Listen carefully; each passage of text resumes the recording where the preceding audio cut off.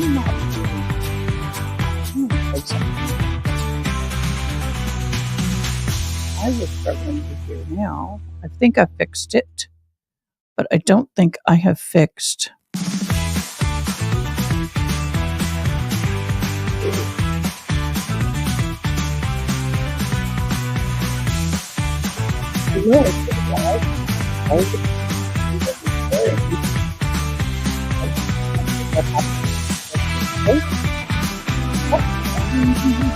Yes.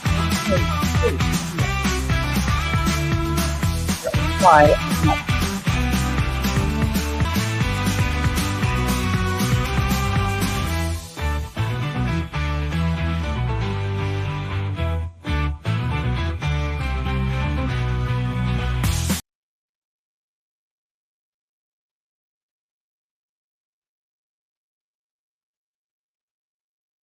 Okay. What in the world is going on? Testing, testing, 1, 2, testing. I think I just scared everybody off.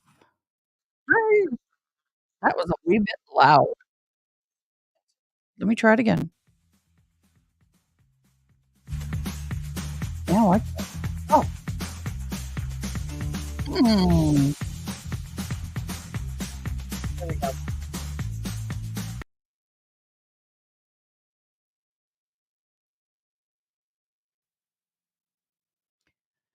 Okay. Hello? Testing. Hello?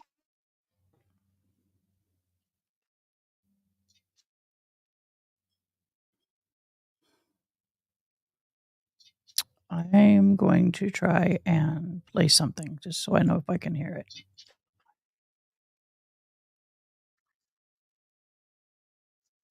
Yep. Got it. We're good. All right, y'all. Sorry about that. I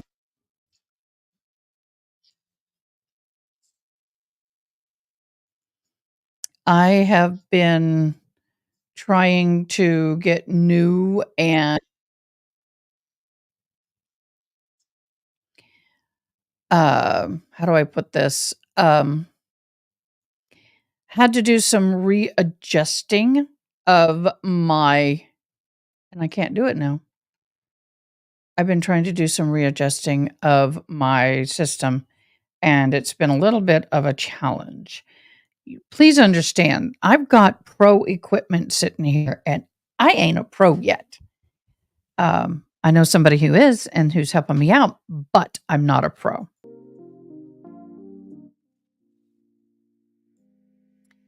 So thank you for joining. Hopefully, I'll get back the people I lost.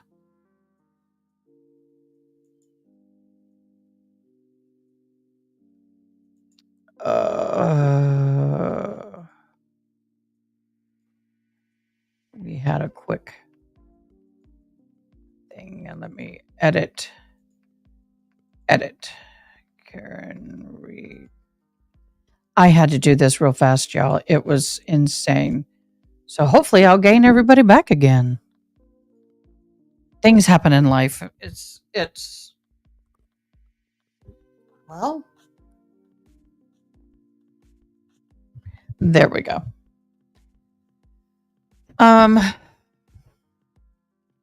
Yeah. Let me see if that fixed it. Yep, it sure did. Okay, we're good. Good. Yay. Got it straight. Okay. I am waiting for NASCAR to begin. I like to watch NASCAR. I wonder if my buddy Ann's going to hop back on. I hope so. I'm all alone in the world.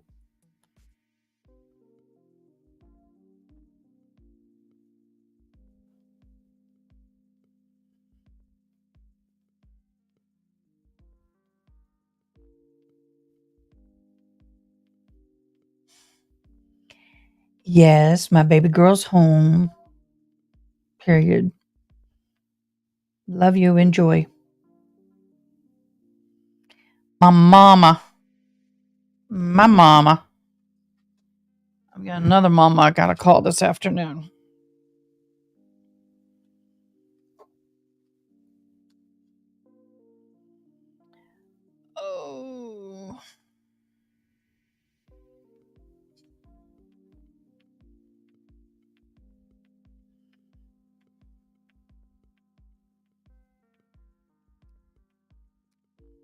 Let my mods know I'm live.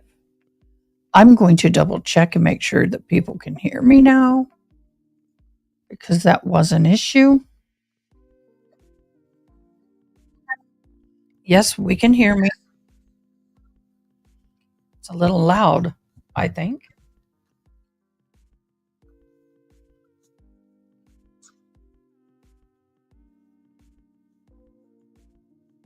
Okay. All right. Well, I'm back. We fixed the sound issue.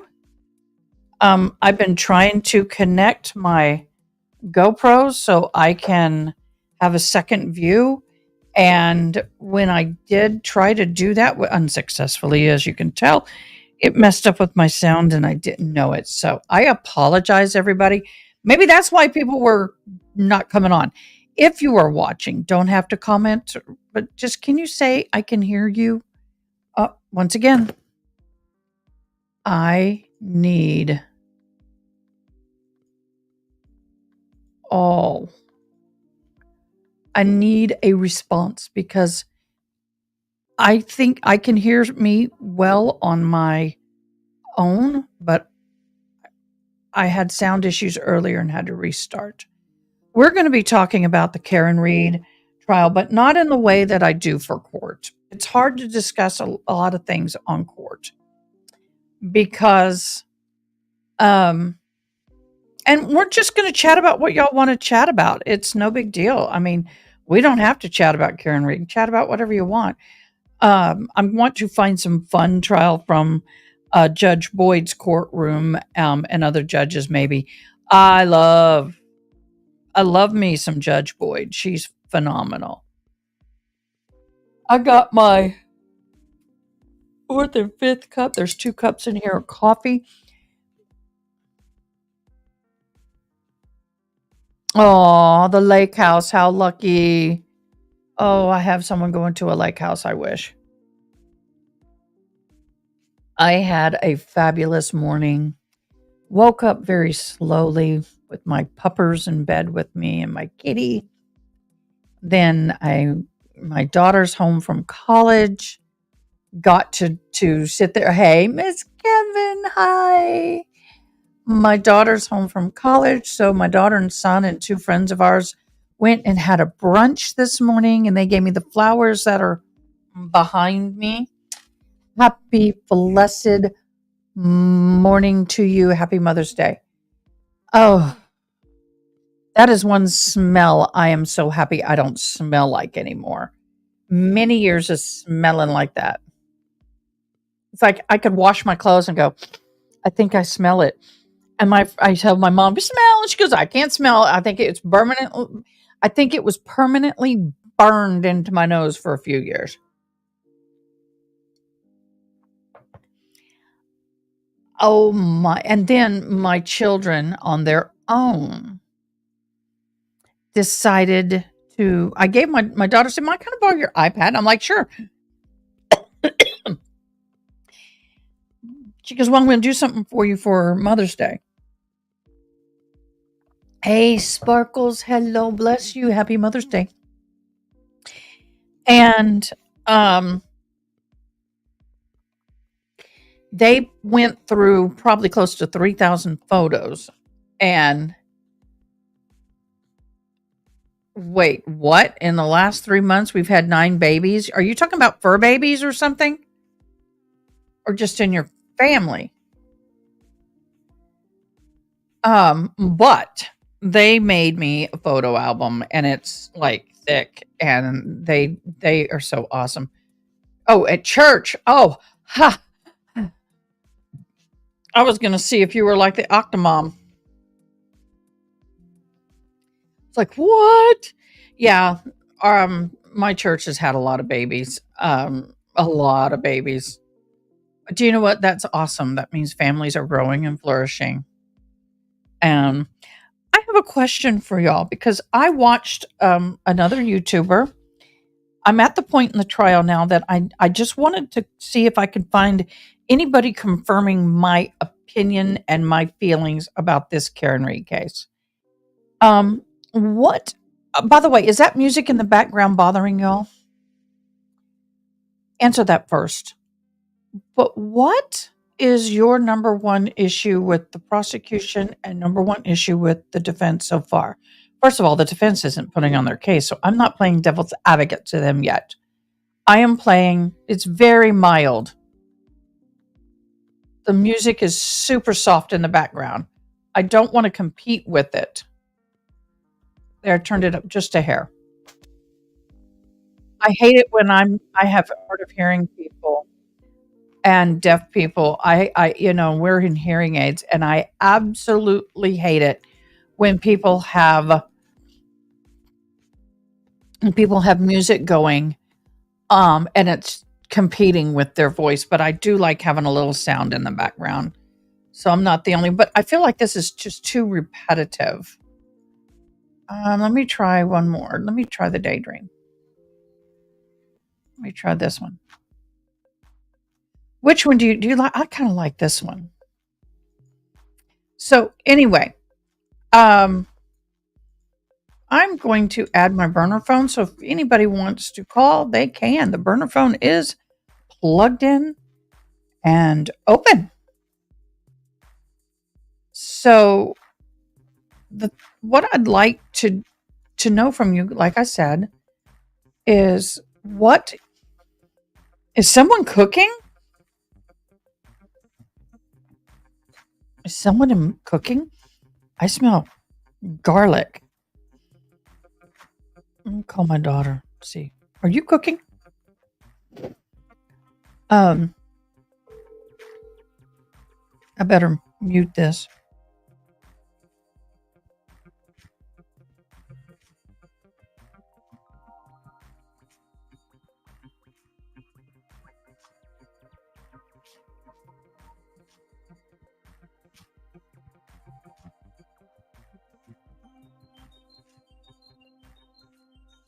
She is cooking, y'all. Oh my gosh. It smells delish in here. Okay, so what are your views of this? What is it? I know it just stopped for some reason. Why maybe that's why? No. There we go. I have something I want to talk about, and it's a person. And first of all, thank you for joining me, everybody. If you haven't subscribed, please do so. I am so trying to grow this channel. I've only been doing this. This is my 8th week. Well, so hi, Ronnie. So, Jennifer McCabe. I want to talk about her. The slow pace of the questioning. Y'all, happy Mother's Day, Ronnie. That's great. All of y'all, happy Mother's Day. I understand the questioning is slow, and you're going to have boring days and you're going to have exciting days. You're going to have days where everything seems to move. You're going to have days where everything drags. Unfortunately, prosecution is usually more boring, I think, than the defense, personally, humbly, my opinion, because they have to lay all the groundwork. They have to lay all the boring stuff. They have to do all of that. With the defense, it's a little different, but it is moving rather slowly.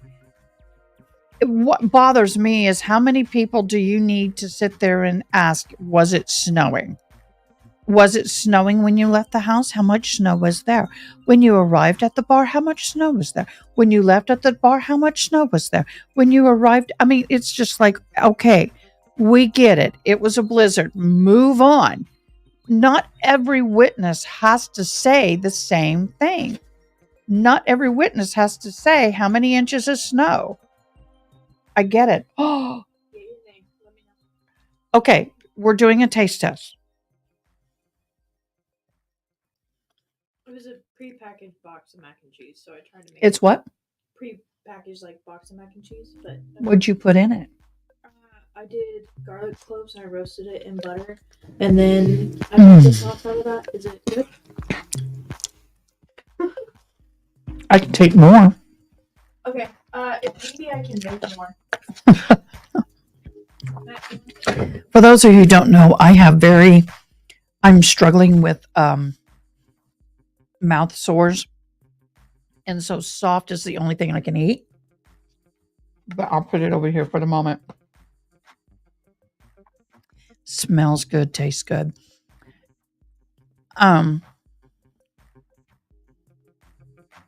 That's Lolly's doing. Probably.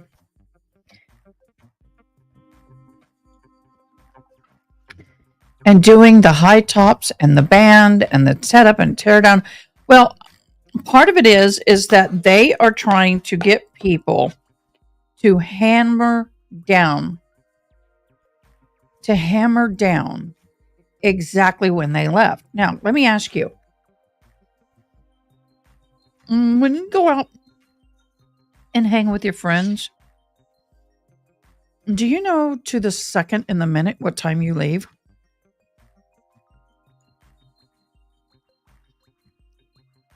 It's a mac and cheese, but she roasted some garlic, and there's garlic in it. It's really good. It's not just a plain mac and cheese. It looks plain, but there's a garlic in it. That's good.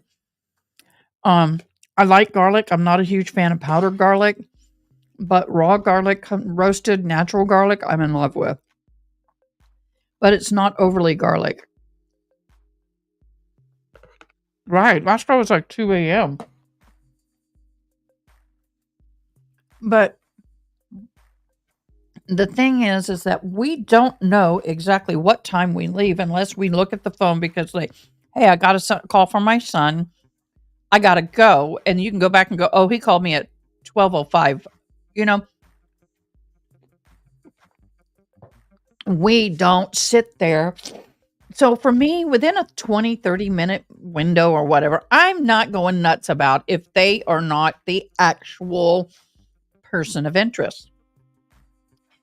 What more important to me is about what time did everybody arrive? What time did people arrive at the house? Now, do you know across the street is the deputy chief? What did I write down? Across the street from the Alberts, you have deputy chief lives across the street from the Alberts. But let me see. Y'all have been loading up to get to the lake house. Oh, thank you so much for hopping on. Have fun, love. Have a wonderful day. You have a deputy chief that lives across the street from them and has a Ring camera, and they don't have a recording of that specific time frame. Oops, it stopped working. So we'll get to that. But let's get back to Jen, if you don't mind. Jen McCabe is the friend that was there on scene that is in a lot of the videos with Karen Reed and Carrie Roberts. Anybody have an opinion about her? I'm trying to eat politely. I want to eat it while it's hot. The problem I have with her is her demeanor. In a minute, I'm going to pull up some video. Y'all, I haven't eaten much in the last 2 or 3 days. I'm going to pull up some video to refresh everybody's memory. I hate it when I can't do that.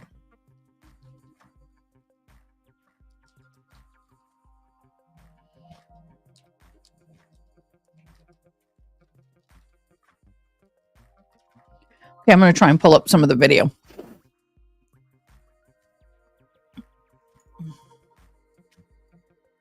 But when I pull up the dash cam, it only gives me the video of... That's weird. When I pull up dash cam, it only gives me video of her vehicle.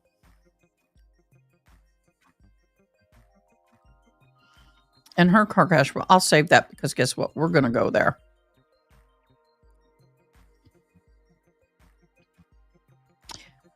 Let's see. Here's one. Here we go. Is that a camera? Oh, it's a picture.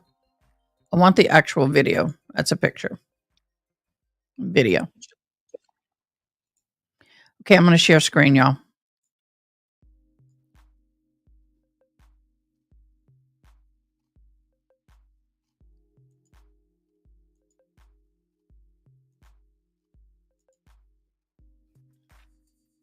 No opinions yet? Well, let's talk about that. Here we go. Let me drop that. Let's play it. Does this appear to be your dash cam? Yes, sir. Same dash cam you were looking at yesterday? Yes. Okay, let's go ahead and play it, Mr. Grace. It gets real windy and loud. I apologize. Watch. I'll point her out to you, but I want. Can you see my mouse? I got to do that. Get the mouse. There it is. This is the back of Carrie Roberts' SUV. Officer Seraph, just like it's not an eye exam, it's not a hearing exam either. I'm going to do the best I can to raise the volume. And Officer Seraph, I want to focus your attention, if you wouldn't mind, on 9 seconds after you say what happened. Just count in your head and listen very, very carefully to the woman's voice. This may not be it, but Response to what she says. Go ahead.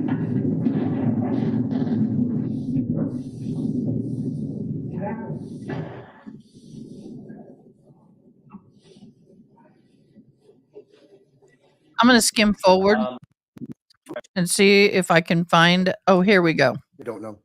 This is what I want. Have you looked at No. the left? Okay, here we go. Yes, sir. Okay. Have you looked at Sergeant Good's dash cam video, which is squared up on the right side of the screen?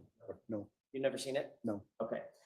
Does it appear to you that these are two different perspectives of the same scene? In other words, you see the car or the SUV on the left side of the screen right here, correct? Yes, sir. See that same SUV right there, correct? Yes, sir. Okay. Does that appear to be two different perspectives, two different angles, Yes. of basically the same thing? Yes. Okay. I want to draw your attention to the individuals to the left of the SUV right here. There's a person wearing a hood with fur on it. Okay, that Is I that got Carrie my Roberts? thing on her.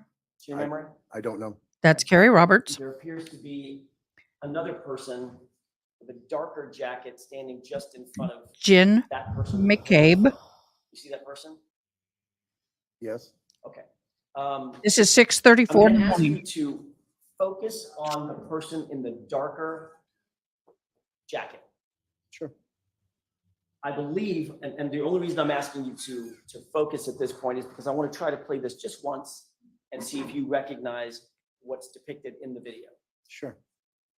What I expect you may see is this person move out of sight behind the SUV, and then in the background, there's an SUV parked in the driveway.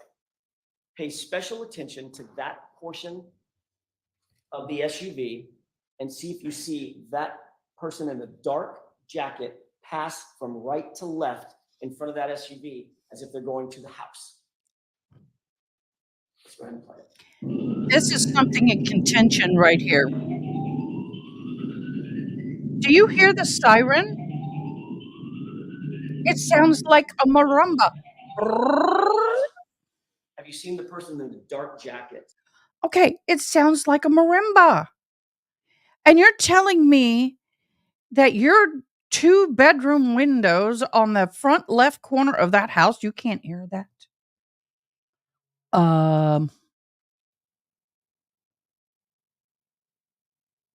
It does. This is not the video I want. This is where she goes into the house. So I'm going to find it. I'm going to find another video of this because this is not what I'm looking for.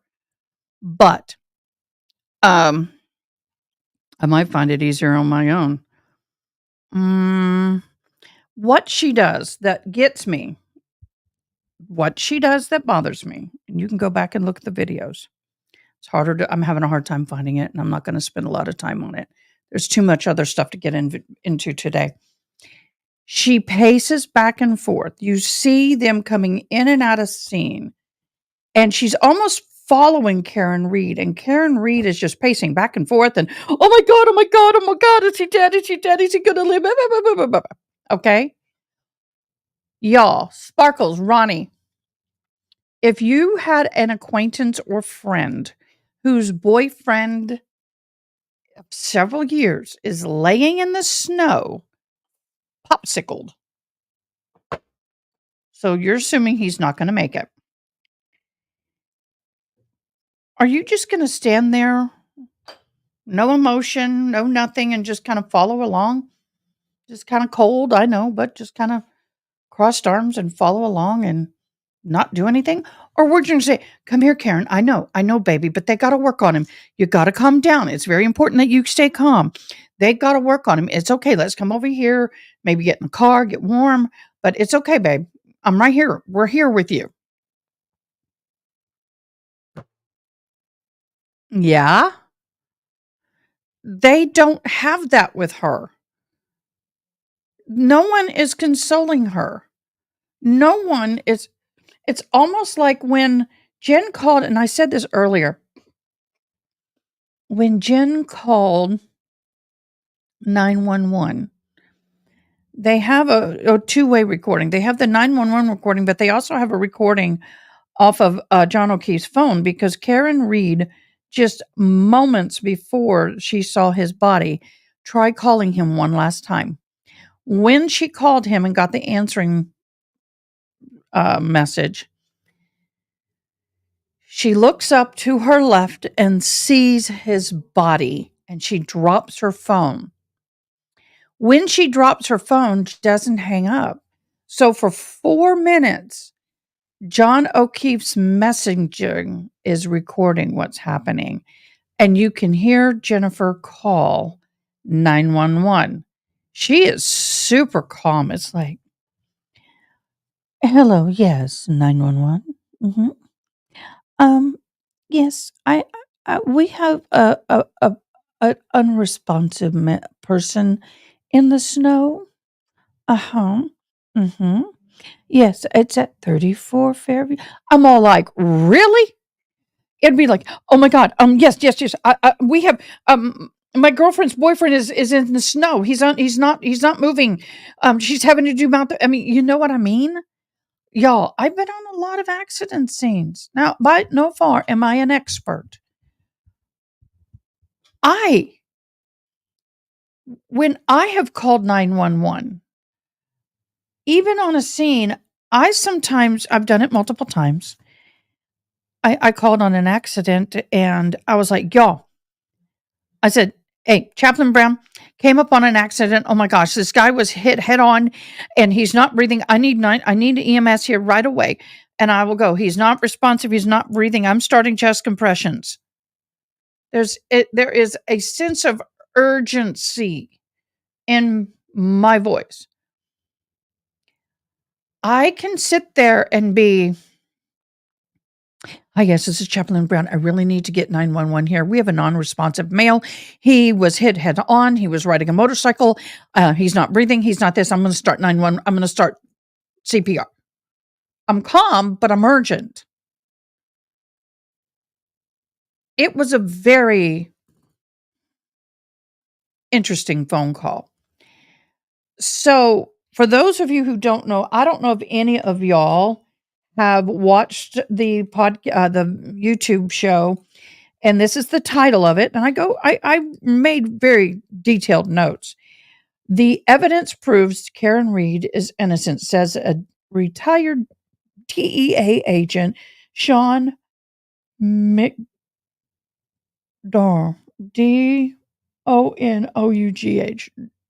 Donoughh. I can't say that.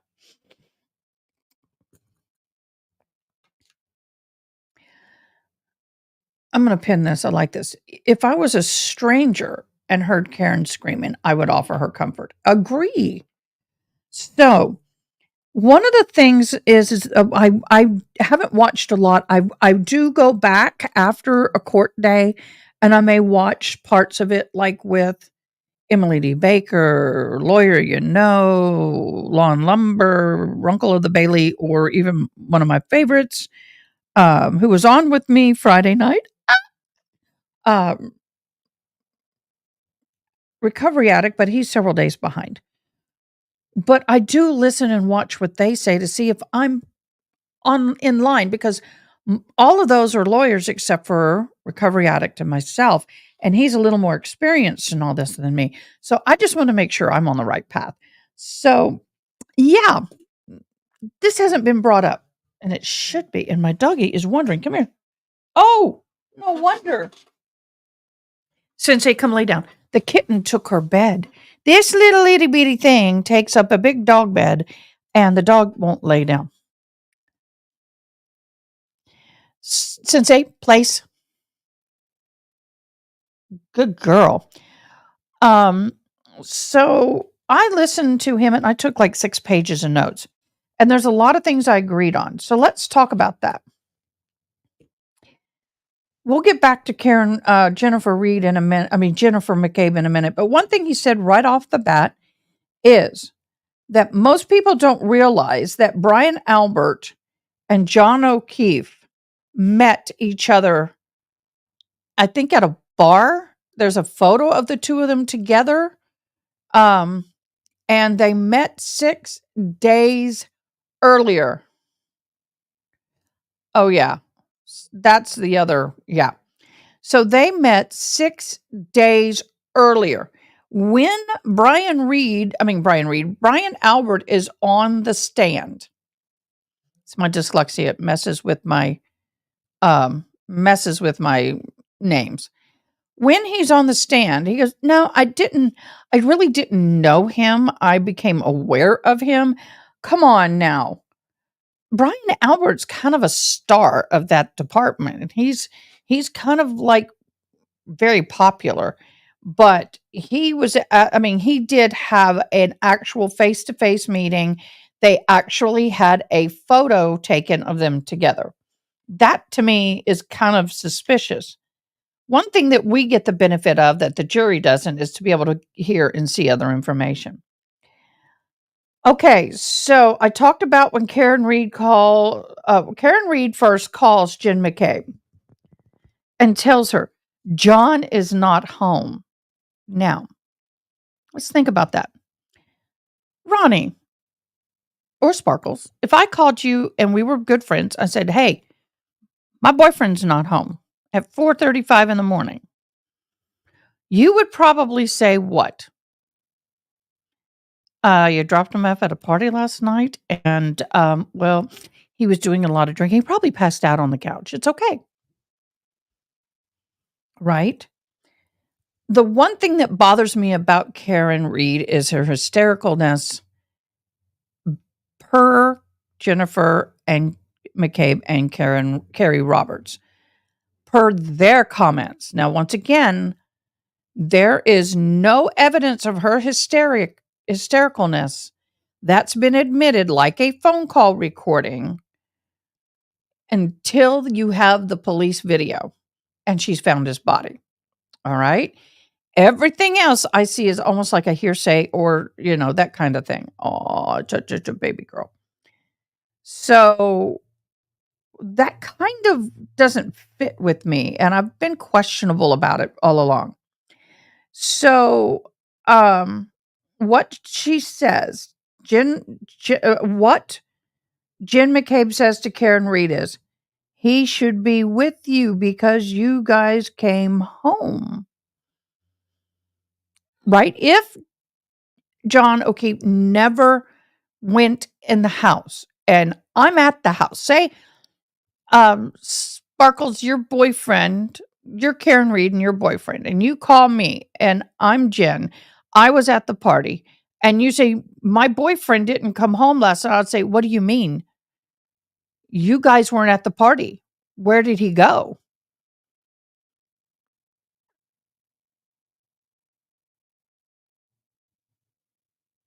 Well, that may be too. But my thing is that you're going but you're not going to sit there and do this. This is what she actually did, which has not come out in court yet, or it may have. I know it came out in the grand jury. Okay. This is everything. A lot of this came out in grand jury. What she does, instead, she says, hold on a minute, puts down her phone. Then she calls, well, no, wait, instead of saying, hold on, she put down the phone and then she calls another person and then she calls. So basically, Jennifer McCabe calls Karen Reed back after that comment was made. Why would you have to put down the phone or hang up the phone, excuse me, and call somebody else to get a story or an answer and then call her back? That is strange to me.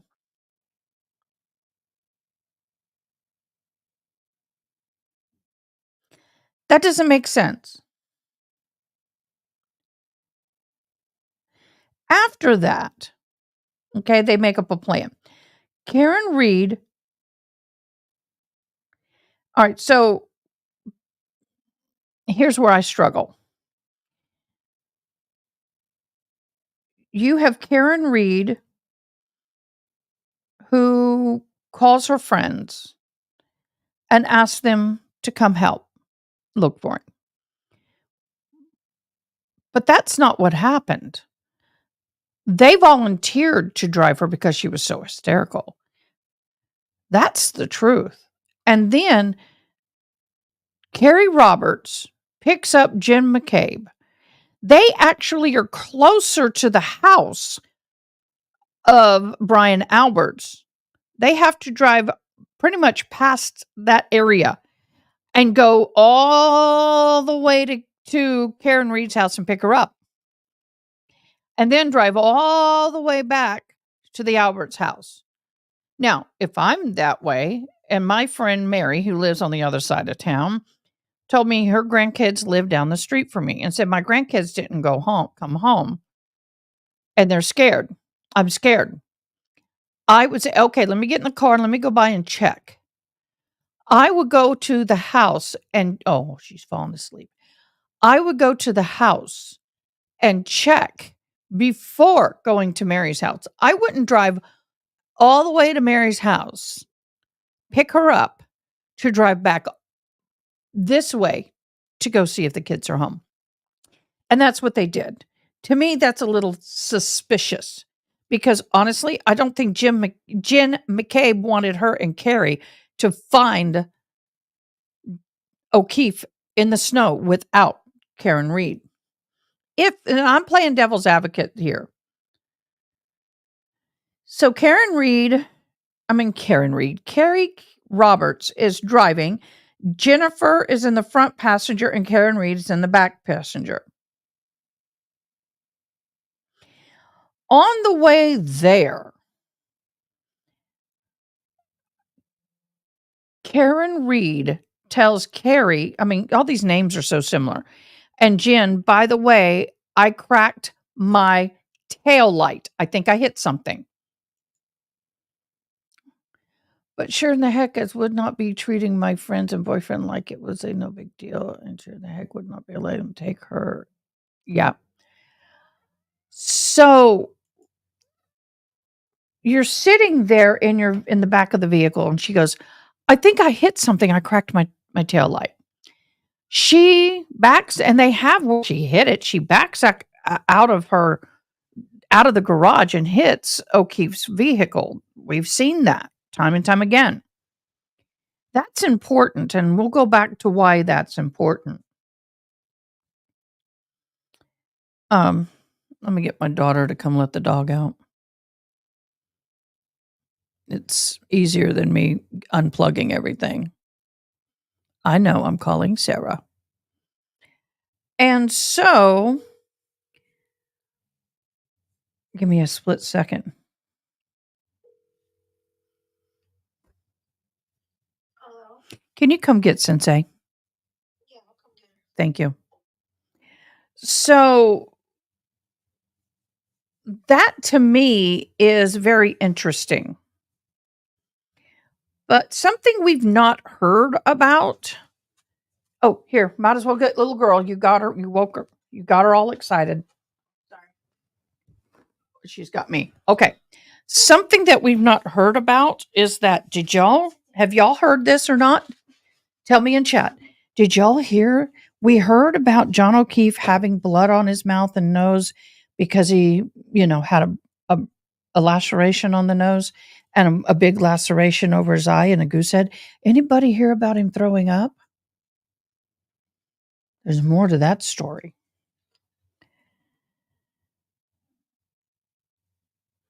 Once again, this is something that kind of gets me too. Let me read. We all have heard that the injuries look like a fight. I'm skipping ahead, but I want to say this. I better read it because it's important. Very, very important. Okay. This is about the EMS unit.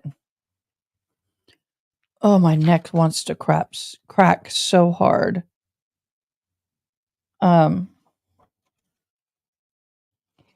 EMS unit. Let me find it because this is, oh, sorry about that, y'all. The EMS unit thing is a big deal because hearsay, justify feds. All right, I'll give it to you as best I can. When the EMTs get there, they treated this like it was, oh, there it is. Here's another theory, but here's with some evidence. I got cat hair. Oh, okay. Cat hair. When John O'Keefe arrives at the hospital, the EMT Boston police stated to the emergency room staff that this was an assault by a girlfriend with a cocktail glass. Domestic assault. This was said at 6:45 a.m. and it's the theory in the way they were treating him up and through 11 a.m. When the state trooper got involved after John O'Keefe was pronounced deceased, they were still working it as a domestic assault of a girlfriend that hit him with a cocktail glass. The hit and run theory was not mentioned at this time by Jen McCabe, Karen. Okay. Now, remember when I was talking about the car? Oh, okay. Thank you, Ronnie. That's what he testified to, but that's not what's actually happening on scene. Once again, the feds got involved and they actually subpoenaed every person involved, including the PD. So, when did this I hit him come to play? Do you remember when they were talking about how I don't answer phone calls from Chicago? Do y'all remember when I'm getting the photos. The police officers initially came into the home, talked to them, left, came back, talked to them again. Then they got a call from, and this is like later in the day. I'm going to have to check my spam. I don't see it. Did you email me some pictures? Where did you email them?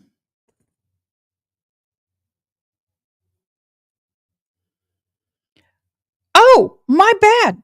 Call me back. I'm sorry. I've never done this before. Oh my God, please call me back. I'll answer. Call me back. I forgot I connected the phone. Oh my gosh, my bad. Call me back. Or maybe I should call you back. I'll call you. Let me see if this is. Can y'all hear the phone ringing?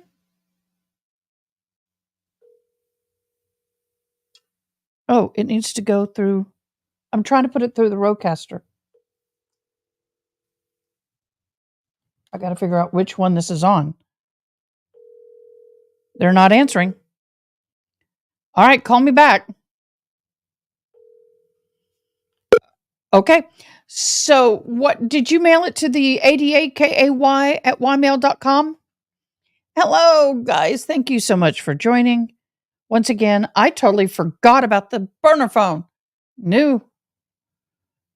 When did you email me the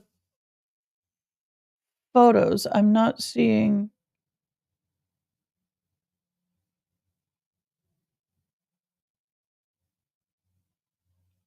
Wow, I got a lot this morning. Wow. Oh, thank you. Got it. Where? Oh my gosh, where'd you get these? Oh, where did you get these, Ronnie? Holy, I will not show his face. I will not, out of respect for his family. Well, dag nabbit. I hope y'all didn't see that. Oh, snap. Oh my. Huh? Huh?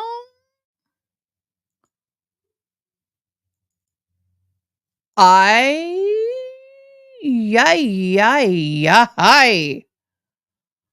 Oh my, Ronnie. Oh my gosh. Huh? This is on the internet?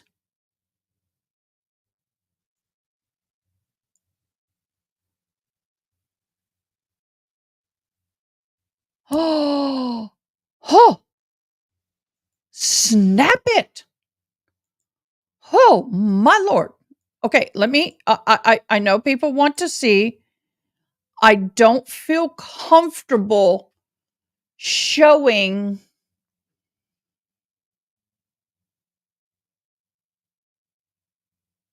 the face. Once again, as a first responder, I'm very, very careful. Very, very careful. So I will show this tomorrow, but I'm going to make a copy of this and I'm going to blur out the face because these are 6 photos on one sheet. I can't just show partial, but I do want to show the dog bites and the hands and the back of the head. God, who was it that had this on there? Holy crap. Oh, my Lord. Oh, 2 days after. Well, yeah, I mean that's normal. But he's in a cold place. He's not going to. He's not going to. So, but what was I talking about? Oh, the domestic assault. So, they were talking about this and you have Jen McCabe, Matt McCabe, Brian Albert, Nicole Albert, and Brian Higgins all in the house. The police leave. Then there, guys, you can email it to whomever, but please, y'all, please be respectful of family and not post anything that has a face on it. Please. I know somebody else did, but you gotta, I'm always erring on the side of caution when it comes to the face. Because that's someone's loved one. But yes, I agree. Arms and hands is all I'm going to show. But the thing is that Jennifer contacts the Canton police and asks them to come back at that time. At that time, which was after 11 a.m., sometime later in the day, they go back. At that time, she says, "Oh, I forgot to tell you that while I'm in the car driving, we're coming over here to look for him. Karen was sitting in the back and she said, I hit him. I hit him. Oh my God, I hit him." I'm like, I call you BS on that because you're on scene for hours. Hours you're on scene and they talked to you. They did. Why didn't you tell them that then? Now, once again, I'm playing devil's advocate. I'm not a conspiracist at all, but I do like to play devil's advocate.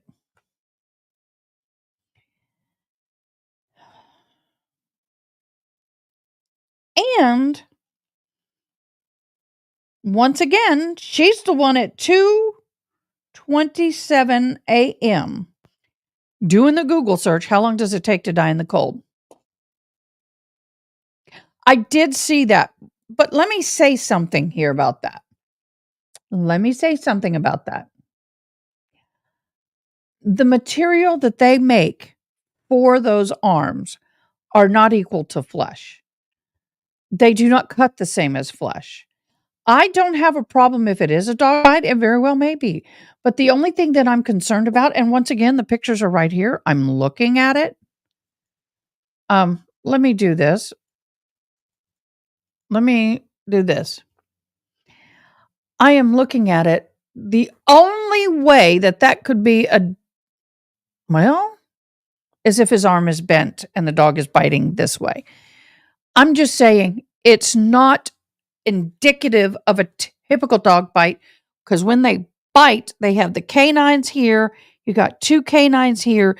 You're going to have a consistent 2 punctures and 2 punctures, kind of like a snake.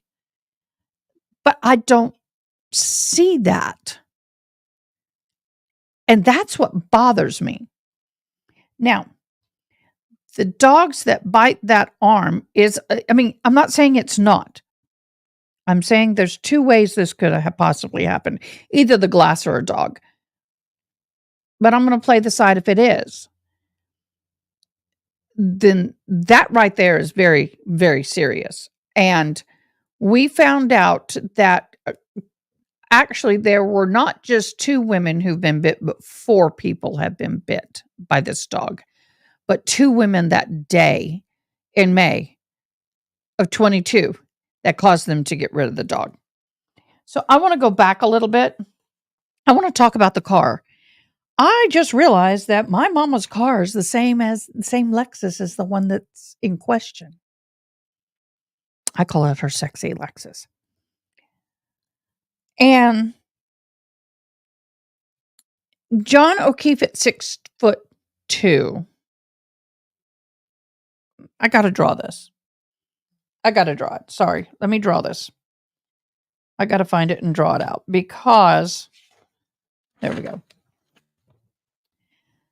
And this is rough drawing. Okay, guys.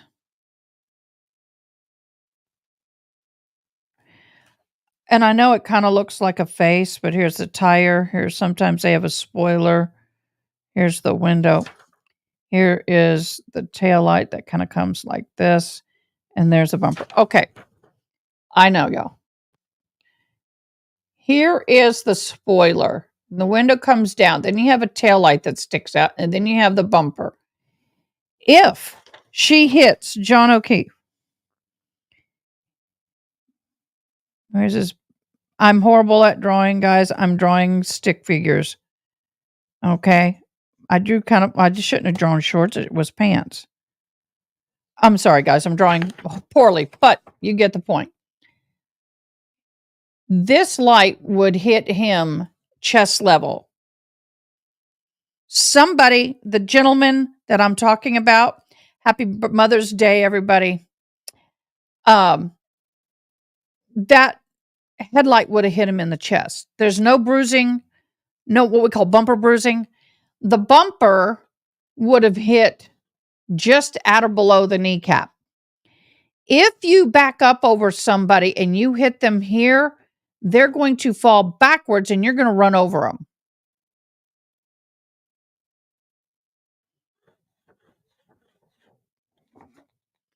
The body does not fly because it doesn't propel them up and over. Now, the front of a vehicle, so if you have a front of a vehicle, bodies fly up and over because it's lower than the center of gravity for the body, and the body cups over it, and the car shape it windshield, and then they fly.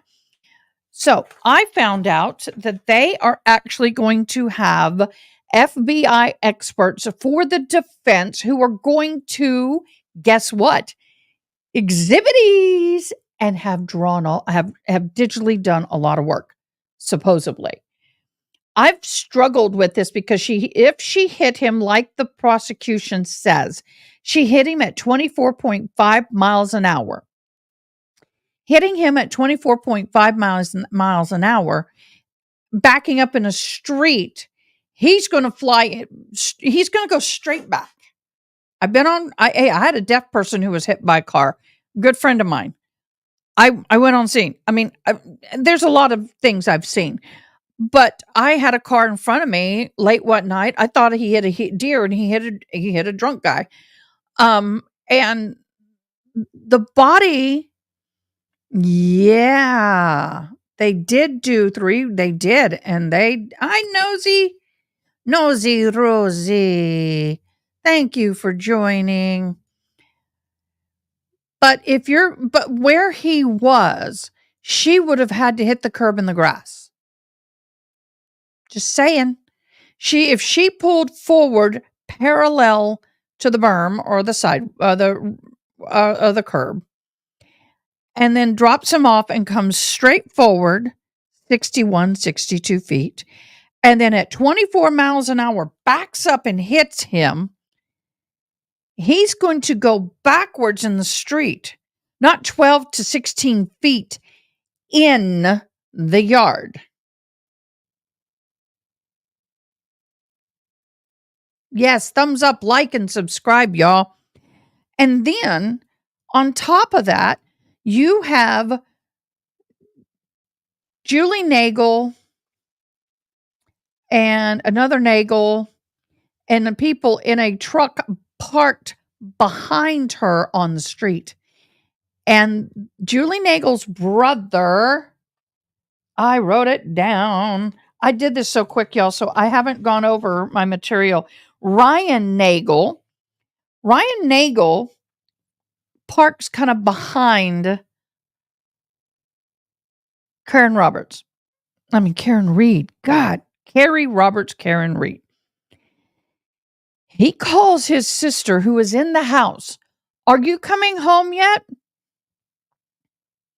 He would have had chest and knee and hip fractures or pelvis fractures if he was hit by the back of the car on any part, the corner of the bumper, any part, and there would have been bruising. And she comes out from the party and tells him, "No, I'm going to stay." Now, she does go home later with somebody else. So then what happens? He pulls out of the no tire marks in the snow or in the dirt. And they have pictures. You can't see any. And it would have been, the impression would have been left. Something, even just a path. So Ryan decides to go home. So he pulls out and he kind of pulls up next to Karen Reed's car. He looks at her.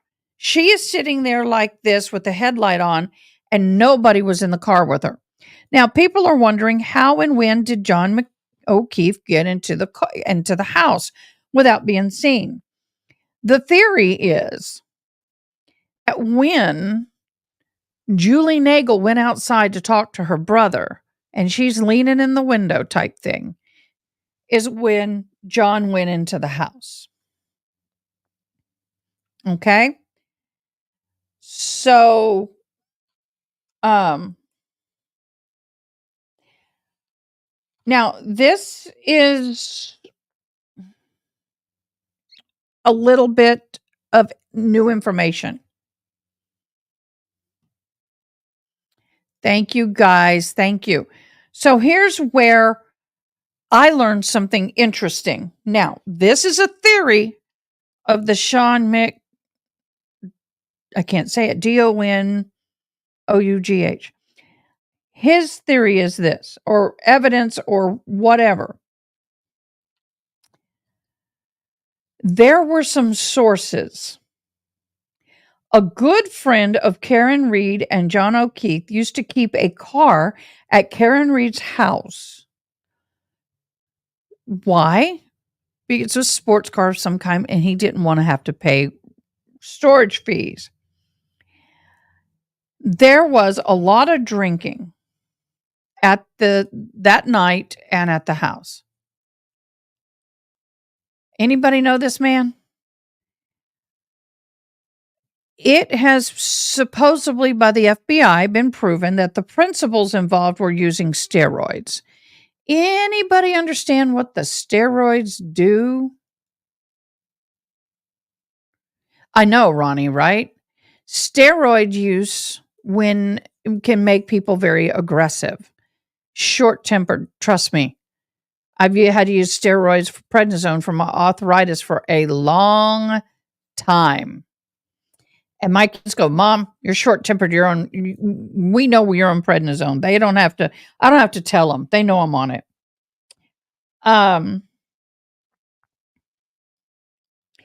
The person that stated this information got it from somebody in the house that when John came in, immediately there was a fight. It ended up in the basement. At some point, he ends up with a 2.5-inch gash in the back of his head. John O'Keefe was knocked unconscious for about 20 minutes. Then he woke up. He started seizing, convulsing, and he vomited profusely. Let me say this. One of the signs of severe head trauma, one of several, is the convulsing and the vomiting. That means the brain is swelling. That is a bad thing. I know I've been on accident scenes with motorcyclists who had head damage, and we were in a very rural area, and I was on my radio with the EMS dispatch, and I had a guy who was talking to me. Everything was fine. Then all of a sudden, snap, started convulsing, started vomiting. He ended up having a severe brain injury. They had said that there was blood and vomit everywhere. This happens, and then they say that I need to get the guy's name because he kind of talked in two little things.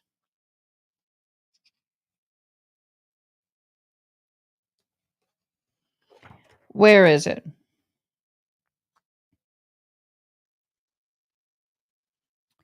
Because he's talking about, is that the last page? Yeah, this must be over here.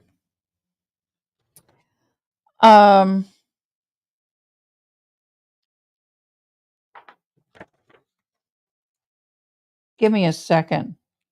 So he was talking and said that my pages are coming out.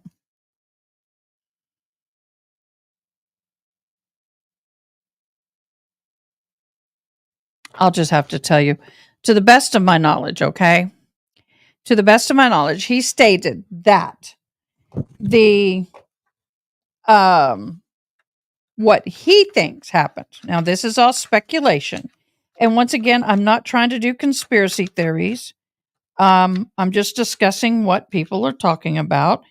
But what he says is that, oh, there it is. A person by the name of Steve, I couldn't hear the last name. It sounded like Stanley, but it could be Scanlon, Scanlon, who was not there, but is best friends, extremely close friends with Brian Albert, because he was in the military with him. He was a deputy sergeant with him.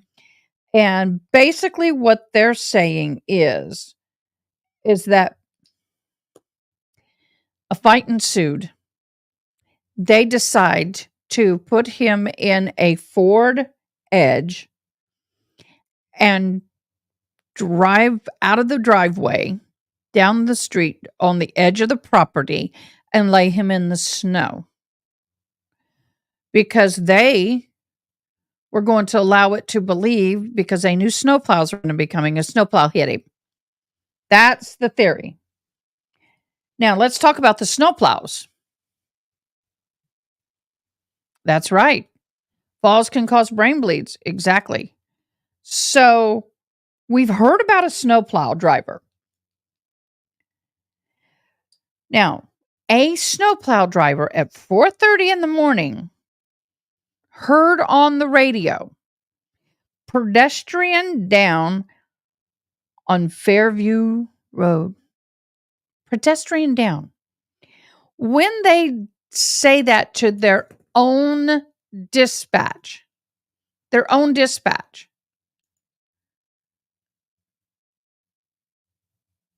dispatch usually would call 911. They did not call the police. So later, I do have to switch page for this. So later, the plow driver comes back and says to his boss, "Hey, what happened to the pedestrian down in the snow on Fairview?" His boss, quote, said, "If you ever tell anybody this story again, you will never have a job with me." Guess who owns the company? Guess who owns the snowplow company?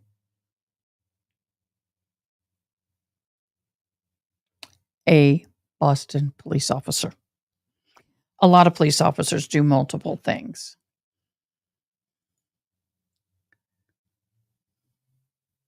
Exactly. The Alberts don't. But a Canton PD or Boston, a police officer owns the company.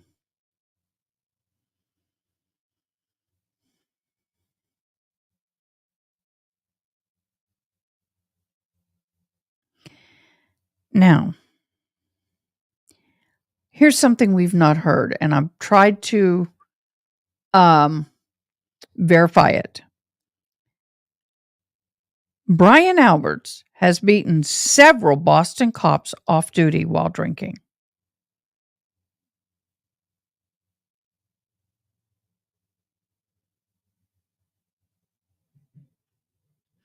Between 1 a.m. and 6 p.m. 1 a.m. and 6 a.m., I'm sorry. A lot of phone calls were made. And why would FBI be involved in a domestic violence case? Or even a hit and run? They're not. They're not. They are not involved in that. They don't get involved in that. There's got to be more there. Now, let's look at that plow driver again. The plow driver is Lucky Lock something. His first name is Brian. We have too many Brians in Alberts, but they call him Lucky. He is the brother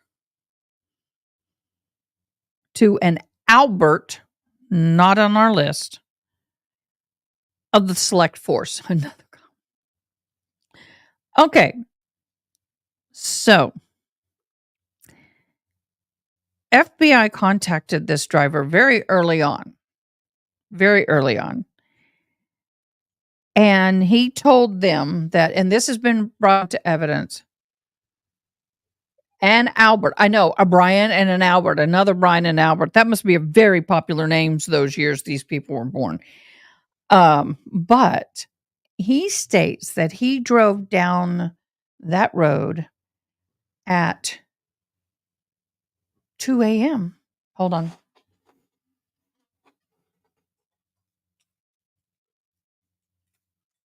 I need something in my mouth. My mouth is getting dry.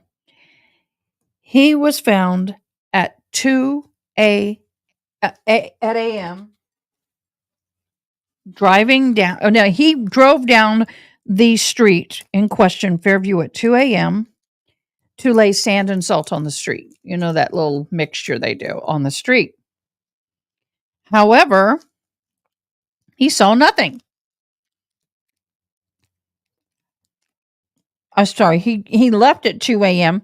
He went down the street at 2:30 and then again at 3:30 and saw nothing. No, not the Alberts in this case. So Lucky drove down that street at 2:30 and 3:30 and saw nothing. On the third sweep,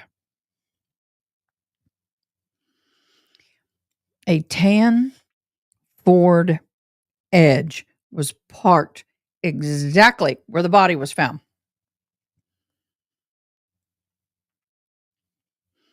The investigation by the feds took 2 years. And they turned over the feds to both the prosecution and the defense all their evidence because they are not party to this. It's a separate situation. All the exculpatory evidence was turned over. I know, right? I want to see Lucky come to the stand.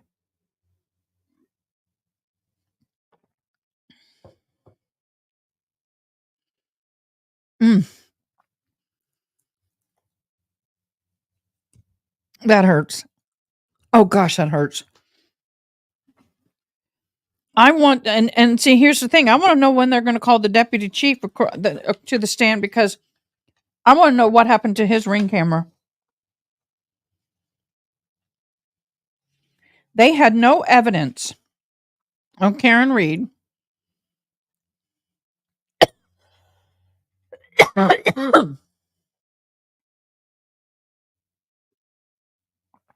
If I hear I don't recall again, I'm going to start the screaming goat.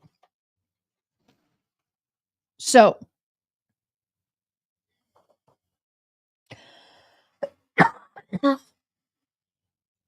hold on.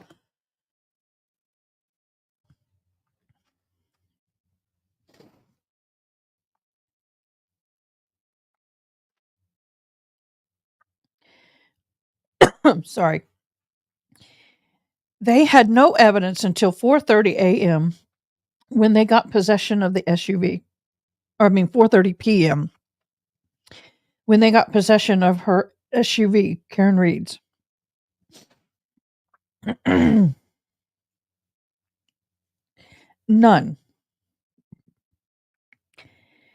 At 6:30, they found 3 pieces of tail light, 2 red and 1 clear. They had 5 undocumented searches of the property outside, after which they had a leaf blower, a blizzard. Didn't they say it was like 80 something mile an hour, very high mile an hour winds, and rain, smoke, snow runoff and melt. They had 5 undocumented searches between 129, January the 29th, and February 18th. On February 18th is when they found the last piece of glass. Not once did they ever write a single report. Not one report. I hate doing this to y'all, so I'm going to pull this out and try and keep it in order. I love the tool binders because you can pull sections out and then just put them back in. It's great. And then it doesn't have the edges aren't torn like you do a spiral. It's so much easier. I'm going to put it up here. It's so much easier. So I'm looking this way and this. So at 4, so you have 5 undocumented reports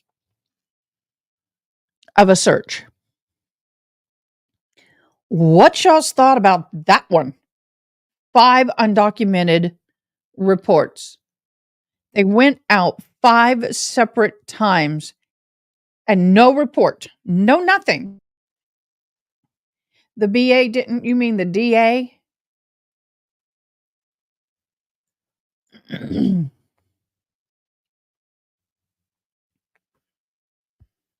Never a single note of discovery in the case was found. Evidence bagged. Okay. They had a problem with this case. the discovery phase of trial. Well, this discovery phase lasted an unusually long time. And this evidence of the taillights did not come in until they found an evidence bag marked to 1822. This is a late entry.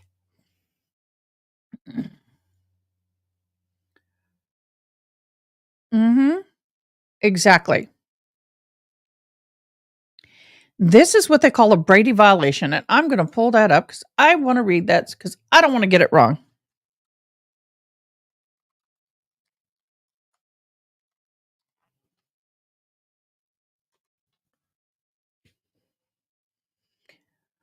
What is a Brady violation? In the landmark case of Brady versus Maryland was held down by the U.S. Supreme Court in 1963, a decision that was held under the Fifth and the 14th Amendment, and a prosecutor has the duty to disclose favorable evidence to the defendant upon request. If the evidence is material to either guilt or punishment, failure to comply with this duty has been commonly known as the Brady violation. A Brady violation occurs when the government fails to disclose evidence materially favorable to the accused. This court has held that Brady duty is to disclose extent to impeachment evidence as well as exculpatory evidence, and Brady suppression occurs when the government fails to turn over evidence that is known only to police investigators, that's not to the prosecutor. Such evidence is material if there is a reasonable possibility that the evidence been disclosed to the defendants, the result of the proceeding would have been different.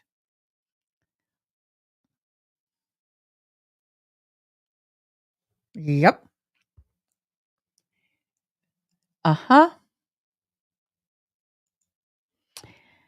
This is a huge deal. The FBI did its own investigation into who killed John O'Keefe. Under the Canton police nose, they didn't know it was going on for over a year until they subpoenaed all the witnesses, all the people, everybody involved. Glad y'all had a great day. All the people who were involved. Now, Karen Reed was arrested on February the 1st of 2022. She was arraigned on February 2nd of 2022.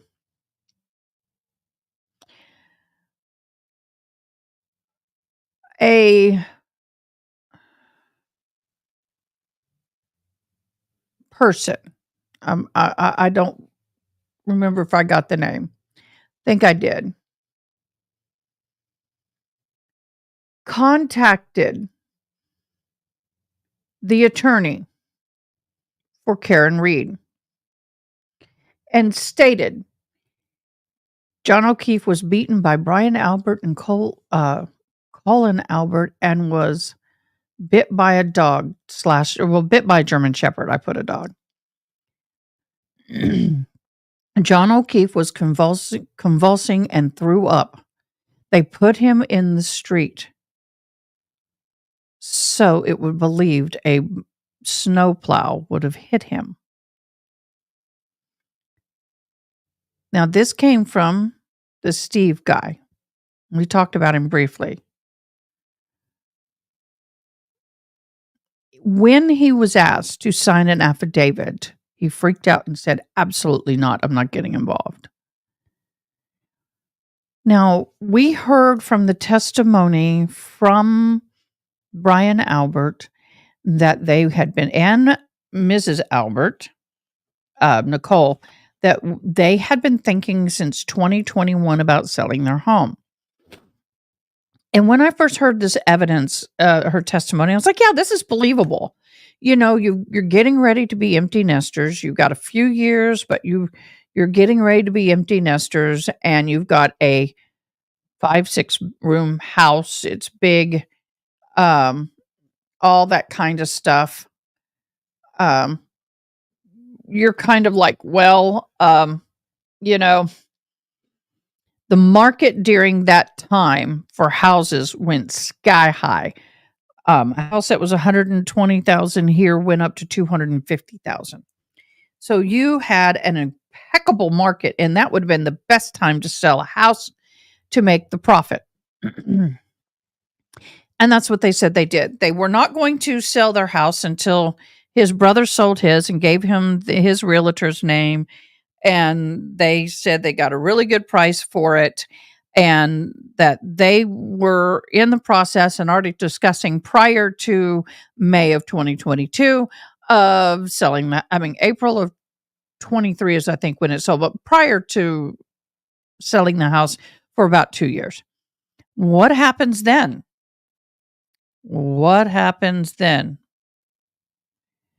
Well, they said they had a leak in the basement. And when they sell the house, um,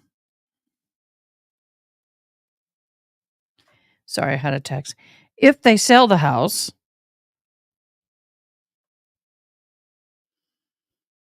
they had to fix it. That's their theory. That's what they testified to.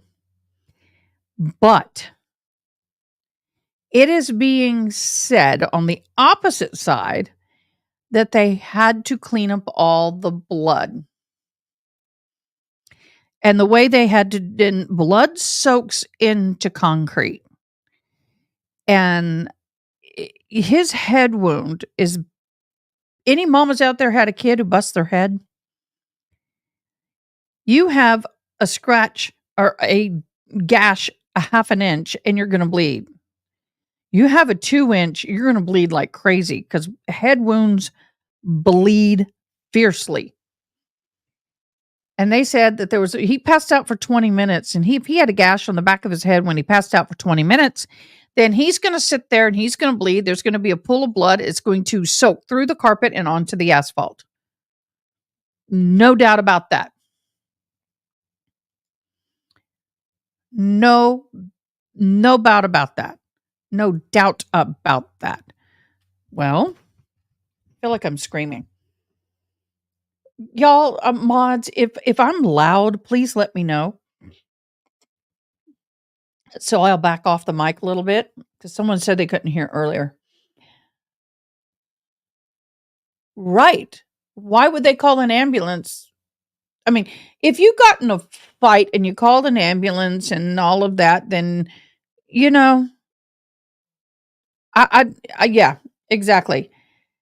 So the basement gets dug up, jackhammered, relaid in that section, and a whole new flooring is done, and they put the house up for sale. Here's where I start questioning that when I found out, because I pulled up the house. I got pictures of the house, by the way. I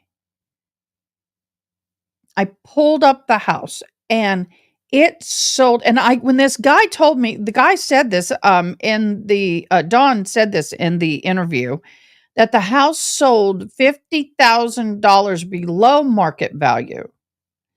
I would expect a house to try to sell 50,000 above market value. So if they say your house is worth 200, you want to try and get about 250 if you can. And back then, market value of a house at 180 sometimes sold for 250. We had a house across the street. The market value on that house was 100 and no, I'm sorry. Back then the house was at 80,000. It was pretty dilapidated. It was pretty old, and an old lady lived there until she died. They paid $185,000. $100,000 the market value at that time. Well, if it was a leak, the insurance should have paid for that. Just saying. So that to me is a big red flag because back during the COVID and right after COVID and everything was calming down, houses were going far more than what you paid for it. And even if you had a loan on the house, a mortgage, you're still going to make more than what you paid. I mean, it skyrocketed. So why, if you sit there on the stand and say, y'all, we've been thinking about selling for a long time. Our brother sold in the market. He got such a good deal on his house. We decided, you know what, we're going to be empty nesters soon. Why don't we go ahead and sell? We'll make some profit and move on. But you didn't. You sold it $50,000 below. That to me is really weird. This gentleman states that the first theory of trying to cover up John O'Keefe's death was to plow people, and then that didn't work. We talked about the plow driver at 4:30 saying that there was a person on the side of the road and that, interestingly enough, nobody called 911 from the plow service. Well, the person who owns a company is a police officer. Probably already knew about it. And one thing I want to talk about briefly are all of the cameras on that street. Exactly. Exactly, Nosy Rosie. Exactly. So that crap don't fly with me. So what did I say I wanted to talk about? I just lost my train of thought. Oh, the cameras. The deputy chief who lives crossing over one, or crossing maybe one house over. But anyway, they would also had, I'm sure the type of house this was. Did y'all see the pictures? I can pull them up again. This house and the money and the quality of this house, I'm sure they had insurance and flood insurance. But even if they didn't, the thing that bothers me is that nobody, no, yep, that's the one that had the solo cups. We'll get to that.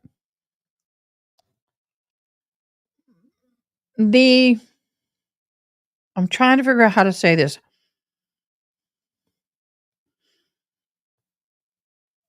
Let's just start off by saying Canton PD didn't even investigate a single camera. Every place nowadays we have cameras at intersections, on buildings.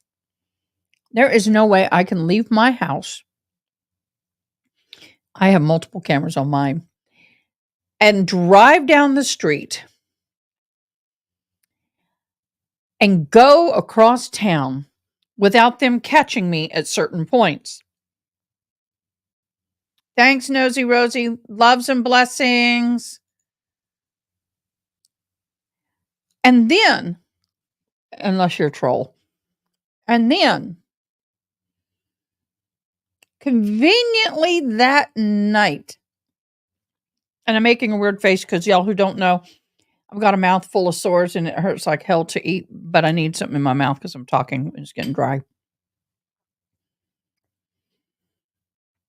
No one has any images of her vehicle driving across town or the vehicle of Carrie Roberts. No one. And all the homes in that neighborhood who did have a camera that they asked about,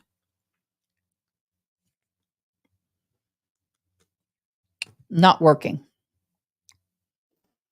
Very suspicious to me.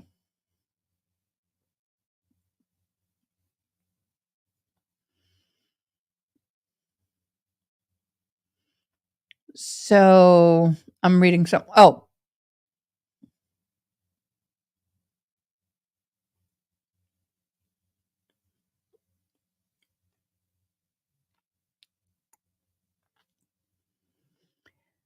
Okay, I don't know if I'm saying this right. Brian Higgins. Let me try and spell it. Prapherhe. Oops, hold on.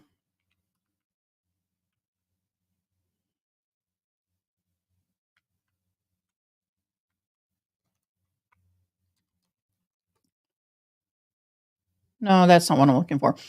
Anyway, Michael, that's not what I'm looking. It was like Prof 4, something like that, agreement was Brian Higgins signed an agreement with the FBI and the Assistant U.S. Attorney's Office. Thank you. A proper agreement. Telling them, are y'all ready for this? I hadn't heard of this. Telling them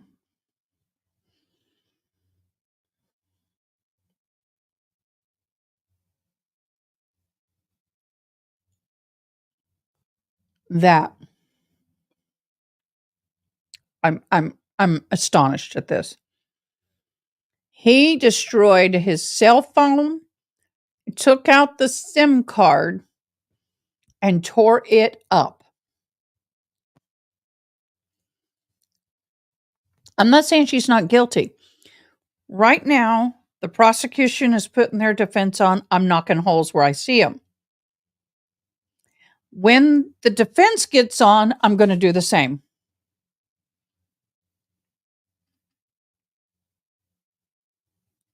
But she might be making this her full-time job since the last time I asked. I don't know. You're more than welcome to call again. The thing that gets me is he signed an agreement with the FBI and the Assistant U.S. Attorney telling them that he destroyed his cell phone and SIM card. Not only did he do it, but Brian Albert was done the same thing. Brian Albert did the same exact thing.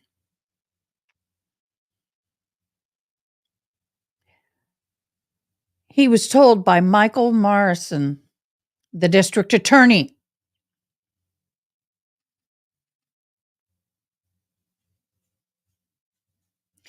The district attorney suggested or insinuated or told them to destroy their cell phones and their SIM cards.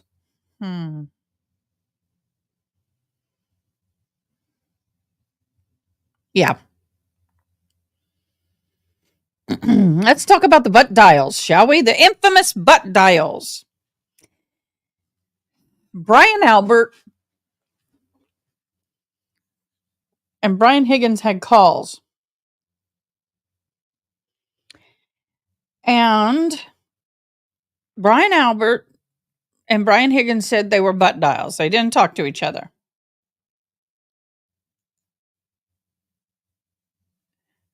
No, he was not. He's still on the stand. He's not done. But that may have been I remember there was a motion about this. So I don't know if the judge has decided if that can come in or not. But Brian Albert, that was one of the things that the FBI discovered, and that was one of the motions. And that's when I really started watching this because I saw that and went, what? So anyway, Brian Albert claims that his phone was in the bed with him while he was having an intimate act with his wife. An intimate act with your wife and you have the cell phone on with you, either you're lying or you're freaky creepy as hell. Just saying. Not sorry.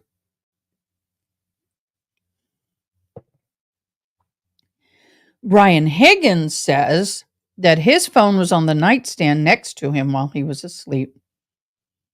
And he did not send or receive a call.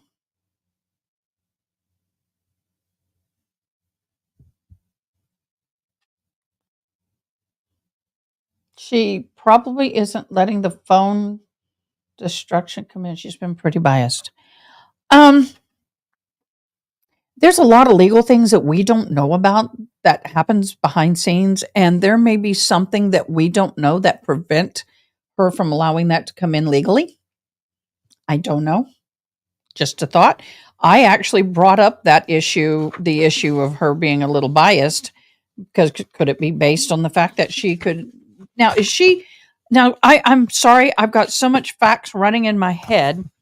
Is she or is she not related to somebody? And if so, who is she related to? Is she not related to somebody, and who is she related to? I need to know who she's related to.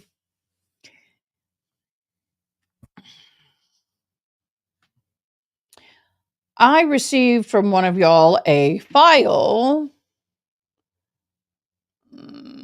that I'm going to try and pull up. Cancel that. My glasses are bifocal, so if you see me doing this, it's because my screen is a little higher, because otherwise I'm looking like this at you. So I have to find the sweet spot on my glasses in order. And she very well may be. I'm not saying she's not. I'm opening up 2 documents here. And I'm going to go over them because I've been wanting to do that. And we have not. We have not had the time. I mean, really, this takes up court takes up a lot of time, y'all. Lot of time.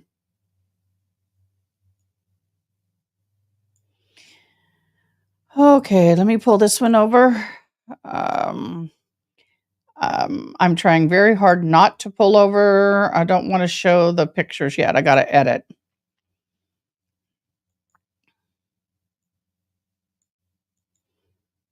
Oh, not that. Present, share screen, window.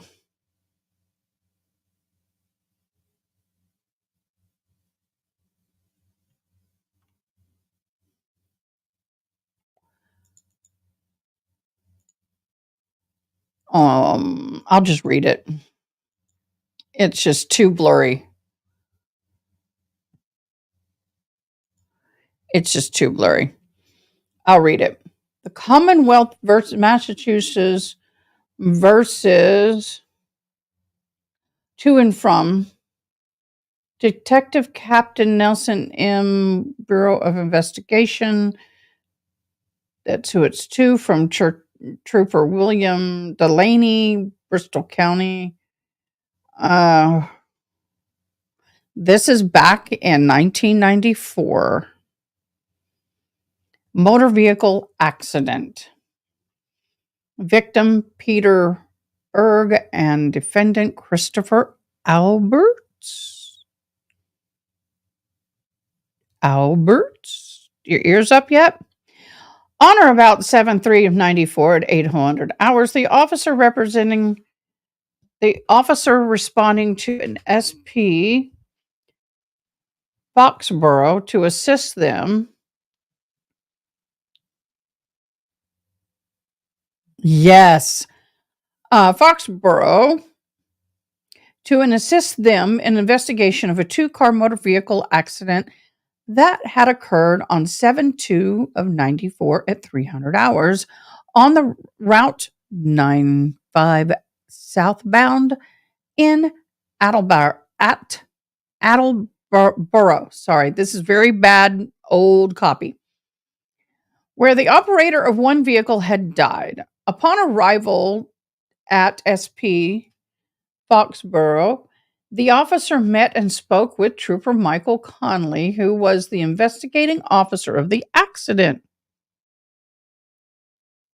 Yep, well, here's the report.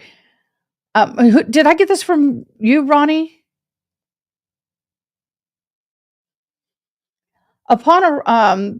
Trooper Conley stated that approximately, Otterbro, the first vehicle had contained 2 people and had been traveling on Route 95 southbound in the middle lane.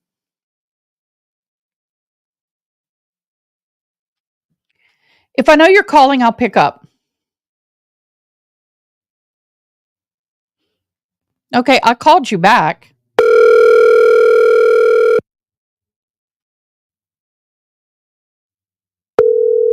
Y'all will have to let me know if you can hear him or her.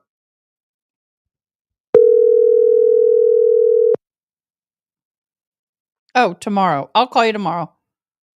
I'll try, or you can call me too. I always say, keep my number, write it down. I'm so sorry. I tried to call you. I didn't see that part of the comment.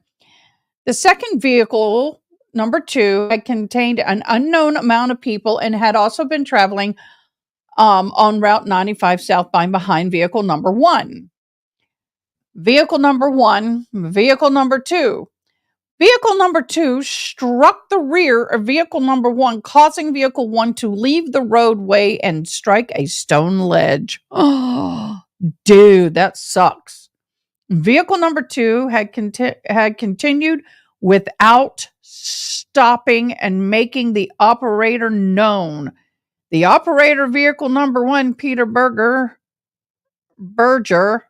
had been transported to a hospital and later transported to another hospital where he had been pronounced dead in the result of the injuries sustained by the accident. The passenger in vehicle number 1, Peggy, and there's a stamp of it, was treated and later released.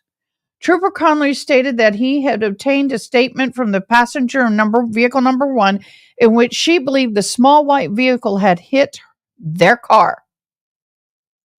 Y'all. Y'all. Oh, snap it, y'all. Let me get the second one up. Thought I had both of them, but I don't. I'll get it. Just give me a hot minute. Oh my gosh, y'all. Here's the second one. I'm going to read it. Oh, I had it up over here. That's right. I forgot. Why is it only coming up? There it is. A statement had also been obtained from another subject who had been passed by 3 vehicles while on Route 95 southbound. Oh, that's better. In Attleboro, about 2 miles prior to accident scene at a high rate of speed. One vehicle had been red, the other vehicle had been white, and he did not recall the color of the third. Now my windows are over each other. Give me a second. It's old, but I'm still interested.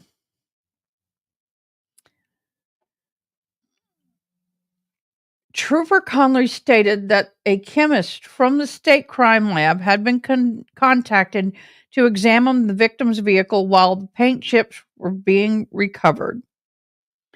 As a result of the above-mentioned statement, the chemist examination Trooper Conley had applied for and obtained John Doe's warrant. From the Attleboro District Court for leaving the scene of an accident / death with a death resulting, motor vehicle homicide by negligence operation, and motor vehicle homicide by reckless operation. Trooper Connolly stated that the attorney had contacted SP Foxborough during the evening hours of 7/2/94, state police, by the way, advised the desk officer that it would be bringing in his client who had been involved in an accident to the barracks on 7/3/94. 7/3/94, approximately at 9:20 hours, Attorney John Prescott arrived at the state police, Foxborough, with his client Christopher Albert.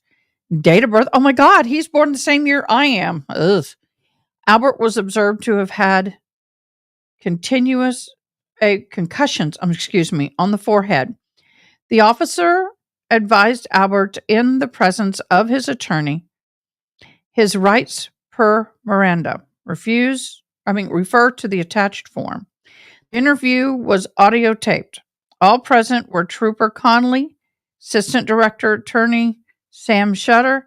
Attorney Prescott stated that his client Albert had been operator of the motor vehicle that had been involved in the accident on Route 95 in Attleboro.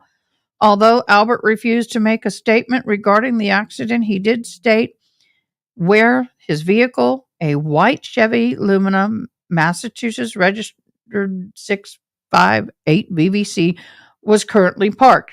Albert agreed to sign a voluntary consent to search form allowing authorities to search the motor vehicle.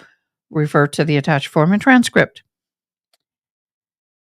At the conclusion of the interview, Albert was arrested by virtue of the John Doe warrant. He was booked and held pending bail. The officer contacted the Cumberland RI Police Department and advised them as to the location of the Albert's motor vehicle. Cumberland RI, the vehicle was locked and secured by them until the arrival of the Massachusetts authorities. Trooper Conley, accompanied by the ramp truck, responded to the above location, took possession of said vehicle, and it was transported.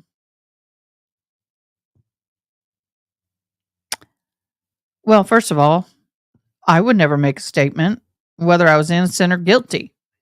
Anything you say can and will be used against you. No. If I'm a witness, I don't care. If I'm talking to you about a case, I'm going to have representation. My right. Look what happened to the George Kelly trial.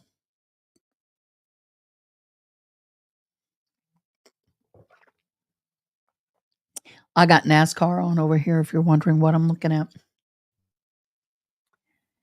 I know it was 30 years ago, but I just find it interesting that it's not being brought up. Just what I'm saying. So, that's kind of where I am with this case. I want to know what agency in Texas they got Chloe from originally, because I know a lot of dog rescues around here. And I want to know,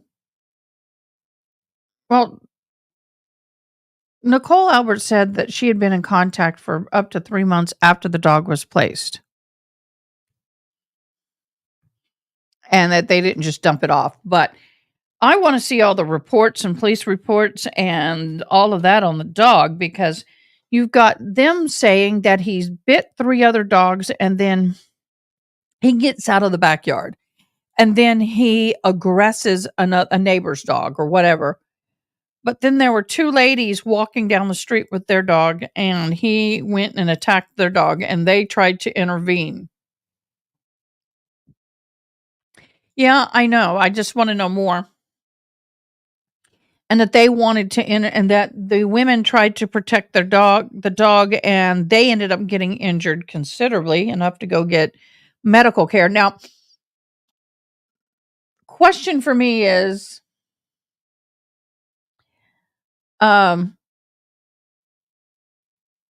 she states, oh, but what, it's okay because we agreed to. I got to do it. I got to do it, y'all. I got to do it. It's okay that our dog bit you, and we are very sorry. We did tell him that we would pay for all of their medical expenses. Other than that, we don't give a shit.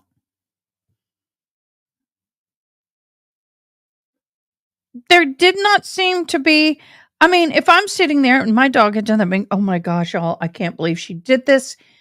I've tried very hard. I don't know why my dog is aggressing. Of course, we will pay not only all of your medical, we'll pay for whatever we need to do with your dogs, with you. We're going to send my dog to a trainer. We're going to do whatever we can.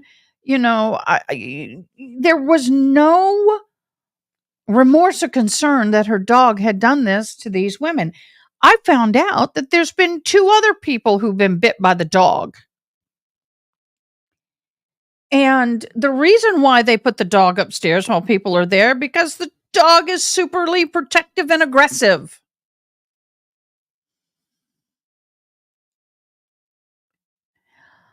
Well, apparently she had turned over the paperwork to the prosecution about where she got the dog and the fact that who she gave and who now owns the dog.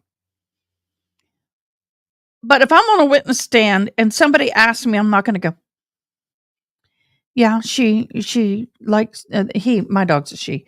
He gets out of the backyard and he's attacked a couple of dogs and he attacked a dog and the women got bit and I did offer to pay for their medical. I know it's Chloe. I just didn't want to say it. Poor dog. I hope they changed the name by now. He needs to be in a witness protection program. Oh, that's good.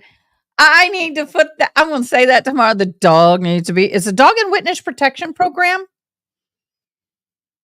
Are you going to get the dog back when all this is over? Yeah, they got bit trying to break up the fight. But the point is that I'm like, y'all. Yeah, while I'm talking to you, I think I'm going to go ahead and edit this photo because I want to talk about this photo. I really want to talk about this photo. But what I don't know, how did they get the photos? I mean, this photo hadn't been brought out in court. Please tell me how they were getting these photos.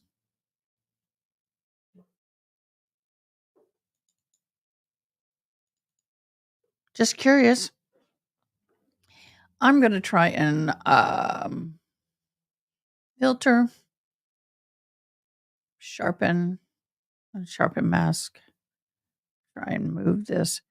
I'm going to try and clean it up a little bit, sharpen it up just a hair. Oh, wow.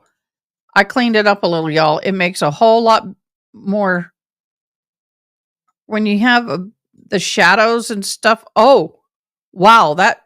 That's more accurate. Okay. Save as. Save. I just cleaned it up. I just made the color more appropriate. By the way, I know you don't see me. I'm still here. My very first career was in photo restoration, and I did the photo restoration and all of that. I was taught by Miss Sylvia Police. She was Walt Disney's #1 photo restoration and historian for Disney. And oh my gosh, it was awesome. And I learned how to what's it called? There we go. I got it done. I was taught how to totally, it was awesome. Restore and pick photos on the actual photo, not through the digital stuff that we have today. What I learned how to do was actually by hand, the old school way. It was freaking cool. Well, this is the arm and the hand. I will not show the head live. Out of respect. Now, the hands, this has already been shown in some court proceedings. It's not the best of digital copy. It's a screenshot. And thank you so much for doing that. However, screenshots are not as good as the actual one. So what we're going to do is we're going to do the best we can. But what I did do was sharpen it up a little bit. Let's see. Why is it when I enlarge it, it makes it bigger? Let's see if can I put it here and let's see what happens when okay, there we go. I'm going to take this down. All right. Can y'all see my mouse? Look at that. That is a definite, those two look like they could be a puncture wound. But look at the 3 here. 1, 2. I don't know. It's just too random. Like these 2 here, this one, this one, this one. It's a different angle because that's here.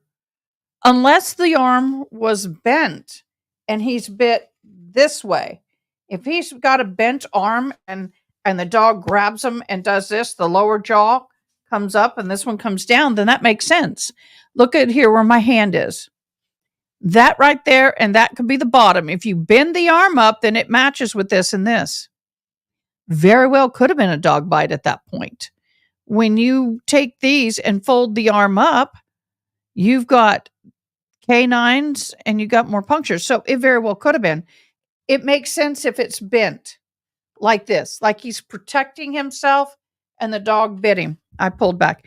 If he's protecting himself and the dog bit him, I could see that. But it also can be a glass. That's not abrasions.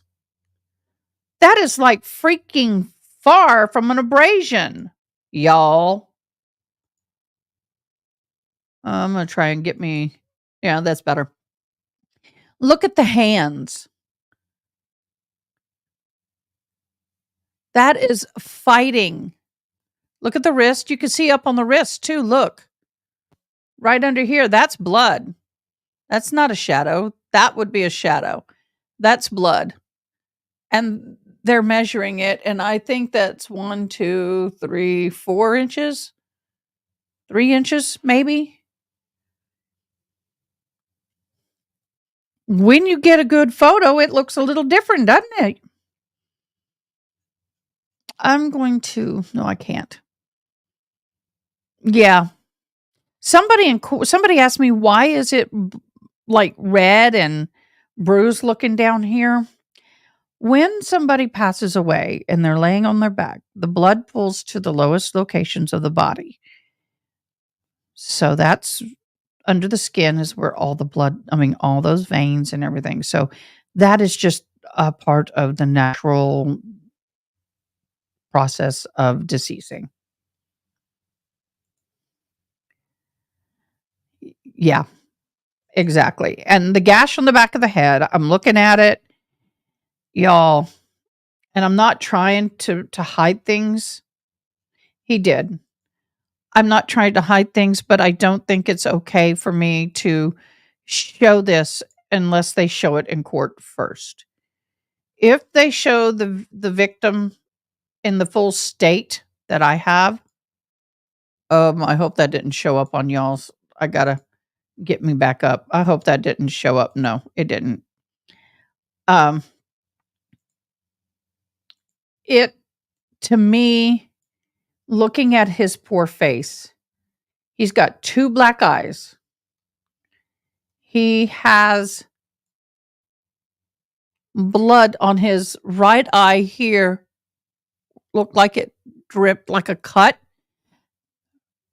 right here, the cut right there, and you can see the blood going back to the ear. He does look like to have a goose egg. Both eyes are. Do you know how? If you've watched? Oh, I'm not. Did it?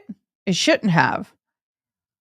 Have y'all ever watched boxing and at the end of the fight, their eyes are bulging out and they're putting that steel cold, that's a cold piece of steel, and pushing it on their skin and wiping it. That's to keep the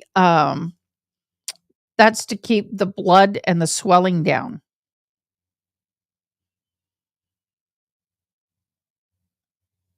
Y'all. The back of the head, they did have to shave the back of the head to get to the wound.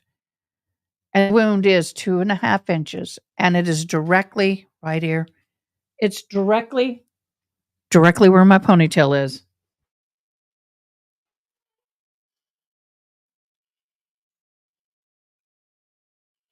Y'all. Sorry about that. Did y'all accidentally see that? I didn't mean for you to. Wasn't trying to get that up there. Did you see it? If you fall straight back, it depends.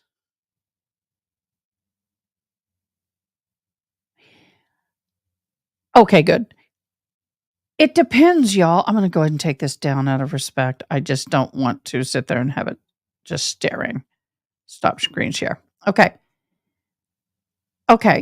Here's the thing.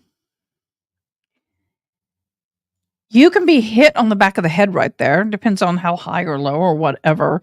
It could have been a glass. I don't know. But it is definitely something. He could either been hit by something, or he could have fallen on something like weights, but a dead body fall.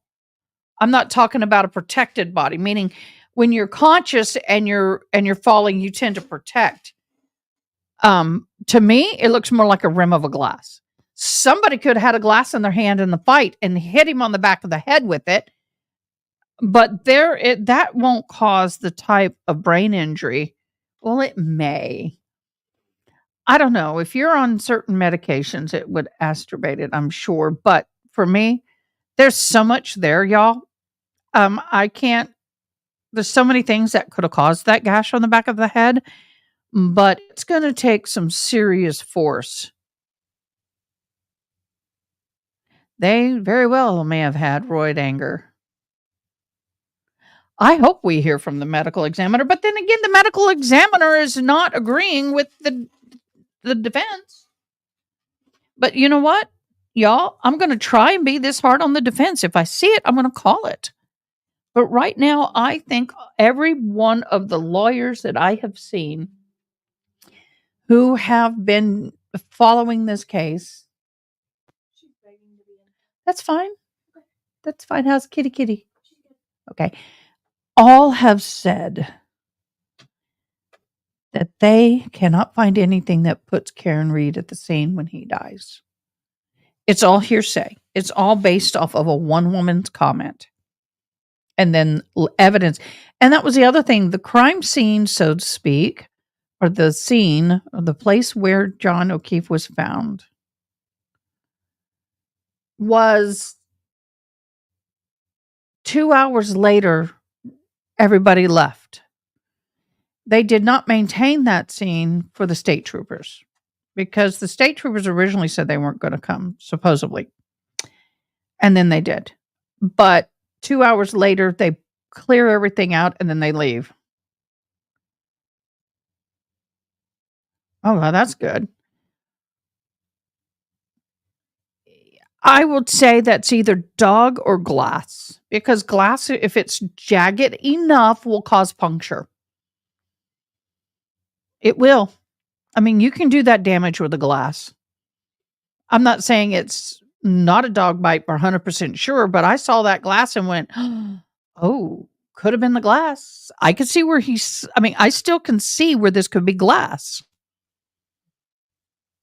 I could. But I think if you bend the arm, and once again, I wasn't looking at it with a bent arm. I'm looking at it as a straight arm. As the arm sits right now, I would not think of if I did not, if there was no dog involved, but there was a glass, I would assume the glass did this because you can puncture and scrape just like you could with teeth.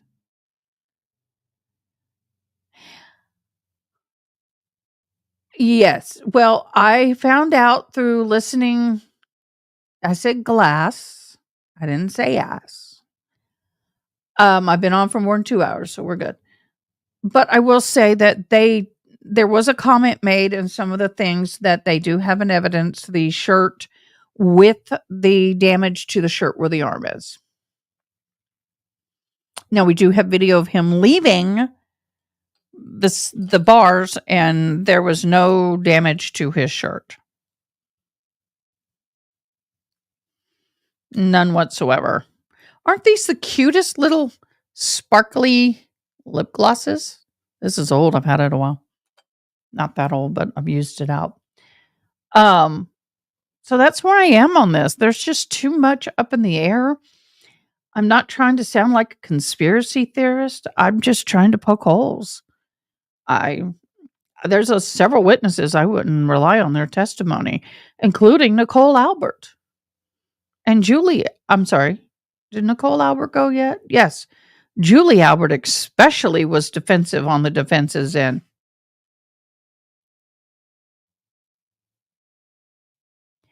Ada K, I think Ronnie would make a great moderator. What do you mean? Ronnie? I'm kind of thrown. I don't know everybody's names. I'm learning. Oh, Ronnie. I'm sorry. I'm thinking of somebody else. I think you're right. I think Ronnie would be a good commentator. Moderator. But Ronnie, if you want to be a moderator, my brain is on another YouTuber. My apologies, Ronnie. I was thinking she was referring to another YouTuber. Ronnie, if you would like to be a moderator, just ask and I'll make you one.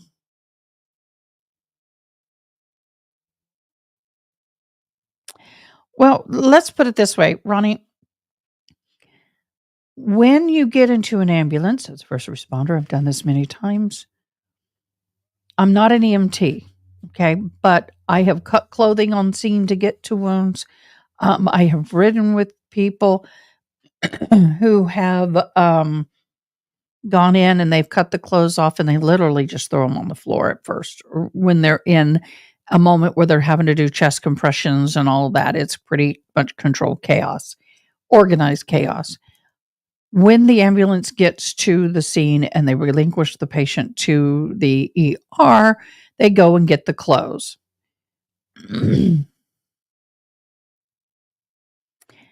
And then they put it in the white bag that the hospital has, and they will turn that over to, just ask whenever you want to, Ronnie. I'd love to have you. Then they turn that over to the hospital. The hospital will turn it over to the sheriff, or the sheriff may take it, or police may take it directly. So they don't know where it has ended up. They don't know if it went with the patient, if it went with the police. It wasn't asked. If I was asking the question as the defense, I'd say, okay, you don't know where the clothes went because what your policy and procedure is that you remove the clothes, you put it in a white bag, you take the white bag and you put it on the gurney. If you do it while you're in the ambulance, otherwise you go back to the ambulance, you get the vehicle clothing, you come back and you put it underneath the bed because it has a little place to put clothing under the bed, or you hand it to a nurse, or you hand it to the police. So in reality, you really don't know where all his clothes went, correct? That doesn't bother me. That doesn't bother me. They are in evidence, and I think the defense is going to pull it. They're going to pull it. So I'm happy to hear that. However, I do want to say that I really feel for the parents and the family. So much so. Because I'm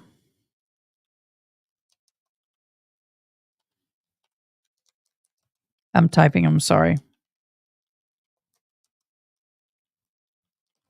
He is, oh my gosh. Oh no, they did not. Oh, y'all. Okay, we're changing subjects. Back to this. Canton cover up of part 3. Norfolk County DA. This is in TV Daily News. Norfolk County DA says he will continue prosecution of innocent woman Karen Reed. Cell phone records indicate John O'Keefe died from being thrown downstairs at 12:25 p.m. a.m. What? But guess what? This is April 20th of 23. They post the picture of Michael Morrissey, the Norfolk, or whatever county district attorney, side by side with a picture of the deceased John O'Keefe from here up with the paddles, the neck collar, the tube. Oh my gosh. They publicized the video. The image. Spokesperson, I'm really having a hard time. Spokesperson for Norfolk County DA Michael Morrissey announced today that the office will not be dropping murder charges against Karen Reed in the death of her boyfriend, Boston police officer John O'Keefe, despite overwhelming evidence proving her innocence. This is also, once again, April 20th of 23. Prosecutors say they will disprove exploitive allegations by the Manassas woman who says she was wrongfully charged in the death of a Boston police officer last year. Karen Reed is a former girlfriend of late Boston police officer John O'Keefe, was charged with backing over her boyfriend outside the home in Canton in January of 22, leaving him to die in a blizzard. Reed defense team says newly unveiled cell phone data calls in question the prosecution case against Reed. Both David Tropp and spokesperson for Norfolk District Attorney Michael Morrissey tells Boston 25 investigatives that the district attorney, will file a response by May 3rd. While prosecutors are ethically constrained in the statements that they can be made outside the courtroom, the Norfolk District Attorney Office's receipt of a motion filed last week for the expectation to have detailed responses in court by May 3rd. What? He is not a stupid person. He knows full well that Karen Reed did not kill John O'Keefe while doing a 3-point turn in a driveway on 34 Fairview Avenue, yet he is pushing forward always, and the reason, pride. I can't, because it has a picture of John O'Keefe dead on a gurney.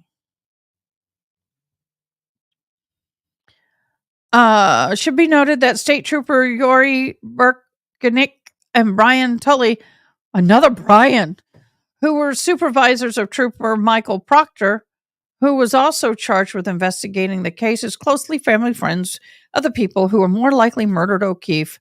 Both donated to the Mercury campaign. And it shows the money. Oh, wow. Yori did 250, then 100, then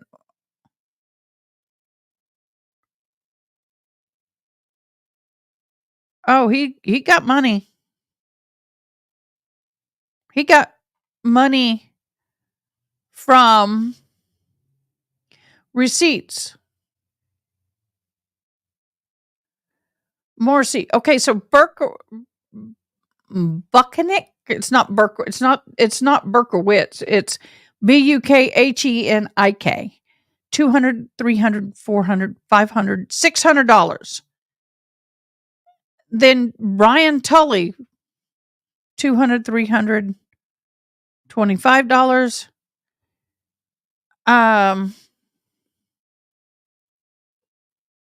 Cell phone data proves John O'Keefe was inside the house by 12:20 a.m.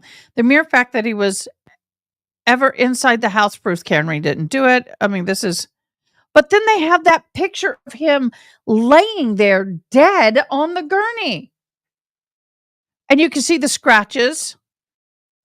Oh, it's very similar to the picture that I got. But this is actually in the freaking hospital. He still has the paddles on him.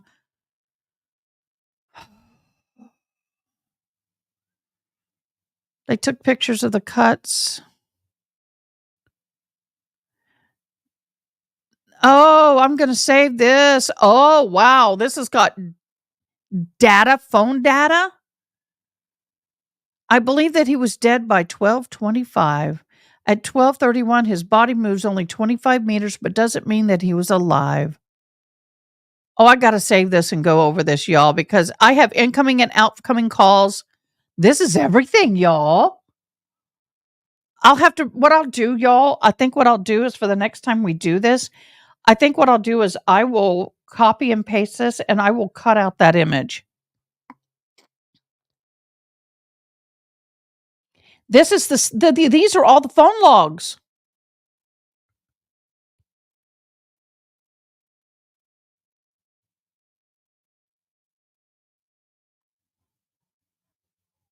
Oh, y'all. I'm saving this page. Bringing it right down there. Y'all, I hopped on something good. But what I hate though is that they are actually showing they're actually showing this stuff.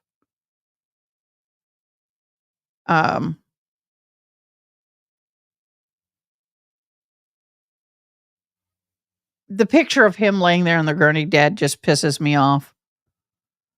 I mean, that to me is unfreaking called for. I don't mind the diagram. I don't mind all that. But to show him in that state and status to me is brutal for the families. Although here is the picture of the glass. I'm going to save that. I found that. I mean, I don't. My problem is they put all this stuff up too fast, and I'm like, eh.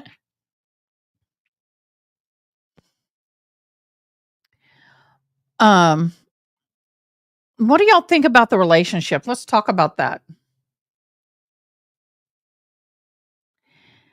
Yeah, to show him in that manner is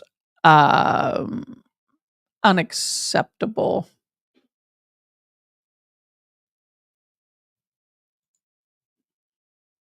That I could not, if that was my child, I would sue to have that taken down because um I would have had a suppressing order from the judge and make him remove it.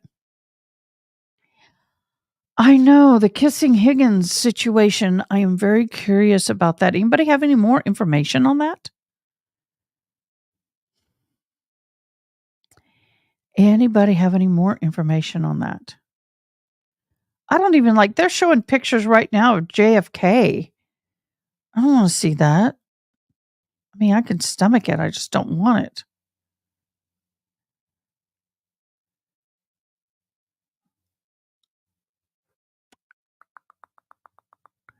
Oh, there's Marilyn Monroe's. I don't know why all this is popping up.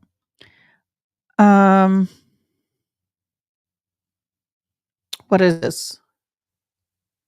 To believe what I believe you have to confront is much worse evil, but these are some text. Ooh, we got some text, y'all. Yeah, I know. Exactly. All right, these are some text. I'm trying to figure out who's who. To believe what I believe, you have to confront a much worse evil, but I get that you're not there yet. I'm grateful you're keeping an open mind, though. I think this is actually from the brother of John O'Keefe. Neither am I, and I respect your opinion. I believe she did it by accident, but freaked out and tried to cover her tracks. She said stuff to us directly that wasn't right, and that was after they came to take her car out of there. You realize she was in trauma, right? I'll confront anything. Trust me on that. I just don't know.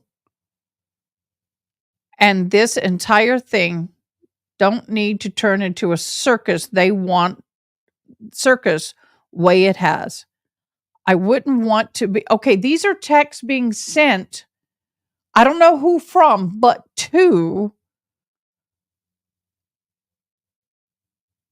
um Nicole, Karen, John, John O'Keefe's brother Paul. So he did state, does this look like a source of a crime scene? Don't you think your brother deserves a full? Yes, somebody was sending him, and it's pictures of the house. And then the text says this. This is Paul. I do, and I'm happy that the FBI is involved. His loss has been bad enough for all of us. I really don't appreciate you posting the autopsy photos like you did. That obviously came from the defense, and you are working with them directly. Holy crap. What? John O'Keefe. Hi. Who's running this page? Why do you care? I'm just wondering, because you care what we think. Who is we? Figure it out like you have everything else. Are you protecting the people who killed him? How am I doing that? I'm on this cover up too. So this is something going on between the O'Keefe family. Wow. Y'all. I got some homework to do. I thought that was interesting. Y'all, this is so horrible. I mean, I got to say this. I don't find any joy in what happened here. I want the truth. I want the truth. And if the truth is Karen Reed did it, then that woman should live the rest of her days in prison. But what concerns me is the further we go in this trial. See, when I came into it, I came in with the thought of, okay, innocent until proven guilty, but there is so many times that an innocent fight turns deadly. Sometimes when we get in a fight, we're so full of rage, we don't always see things. But in this particular situation, with every minute I watch of this court, am struggling more and more to find conviction. Right now, I think the prosecution has done more to help the defense by far than they have to help themselves. I think the way they have presented the case, the way they presented the evidence, the way they have done everything is just putting a nail in the coffin every time they open their mouth against them. At this point, if the defense stood up, just say if I'm on a jury and the prosecution stands up and says, "We're done," and the state stands up, "No witnesses," and we go to jury, there's no way, snowball's chance in hell I can convict her.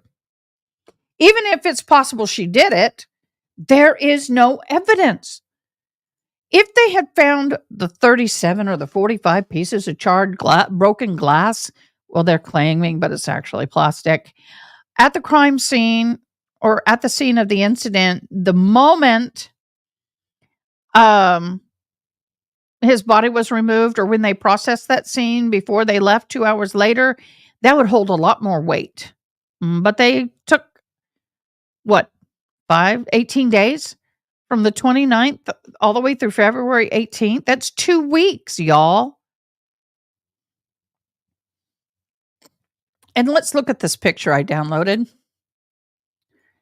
I saw the glass and I want to talk to you about the glass. The glass bothers me.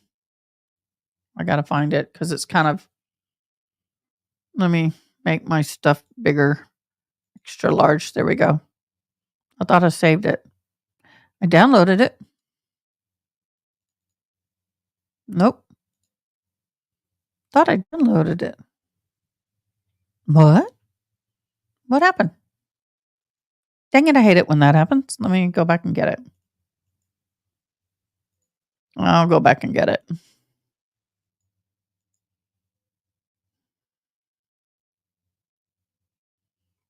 I'll go back and get it.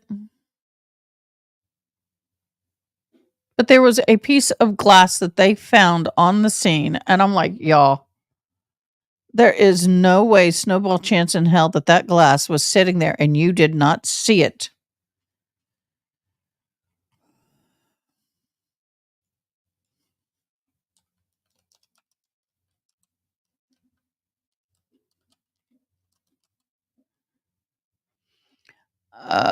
Let me do that. Images. Let me blow this up to make it easier to try to find it. Sometimes you find things by accident. That little piece of tail glass, there is no way that little piece of tail glass could have ever have been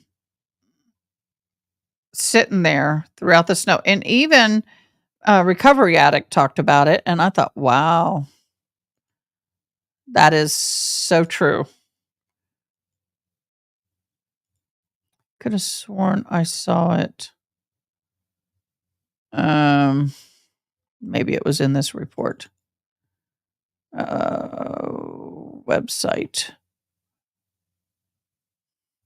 Okay, guys, I'm going to take a little 2-minute break. I hope you understand. We all have to kind of do that.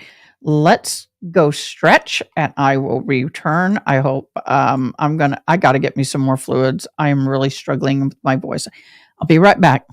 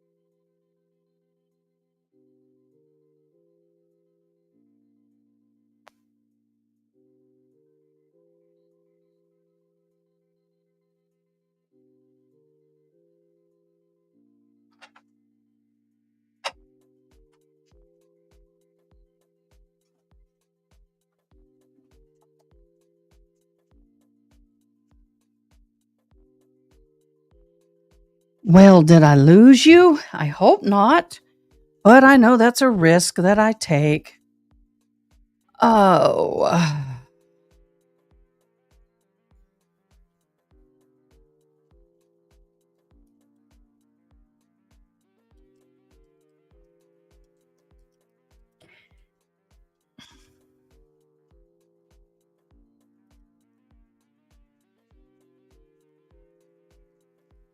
Trying to find the picture of that little. Oh, there it is.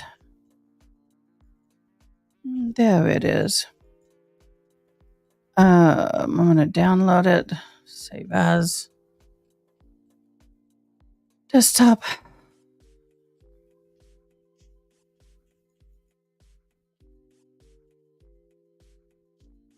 Okay, now I can pull it up, I believe.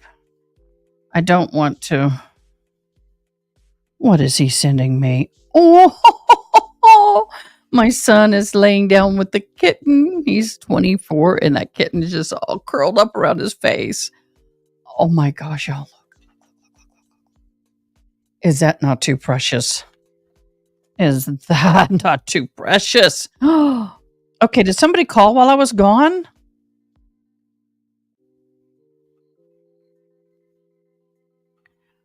Okay. Karen Reed.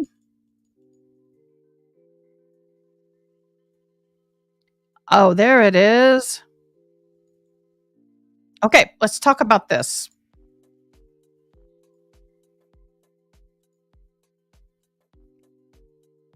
I am going to go ahead and stop this. Okay, let's talk about this. Y'all are so awesome. Let me see. The defense is really good. I hope Jackson is one that crosses Albert's. Female attorney didn't have the same impact as Junker. I agree, but she thinks. Well, okay, let's talk about her before I get this up here. The woman that came on, I think her name is Miss Kelly or Miss Little. Miss Little, I think is her name. If I'm wrong, I'll correct it. She is a much younger attorney. She is not as experienced, as far as I know. But here's the thing. When an attorney starts a case and they've been doing it for 2 weeks, they get in a groove and they know what the judge wants and they're able to manage and balance all this. The bad thing is when you get up at that point to do a cross after you've been not in it for that long, it is really hard to get into that. It's like, I believe that Recovery Addict was really good about this. He goes, it's like getting in the middle of a roller coaster ride, getting on a roller coaster ride in the middle. And I agree 100%. I totally agree with that. And that is so true. Okay, I'm going to share this with y'all. Here we go. Nope, that's not what I want. Oh, I have too many of these to share. We'll do this. Okay. And this one I'm going to enlarge.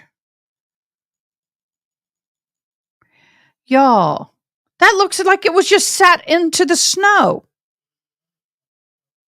Huh? Yeah, he does got the groove. He is totally in the groove.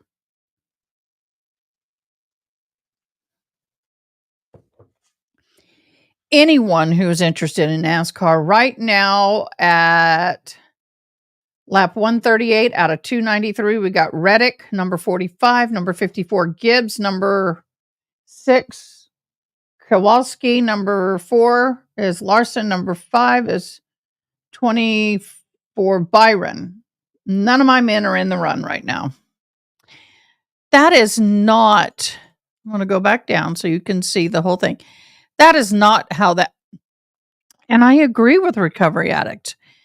Anything that's underneath that lens should be melted first because the color helps with the heat. So that snow underneath that lens should be melted. And I don't know, it just like, look at all this debris and everything. And then that doesn't look right. That looks,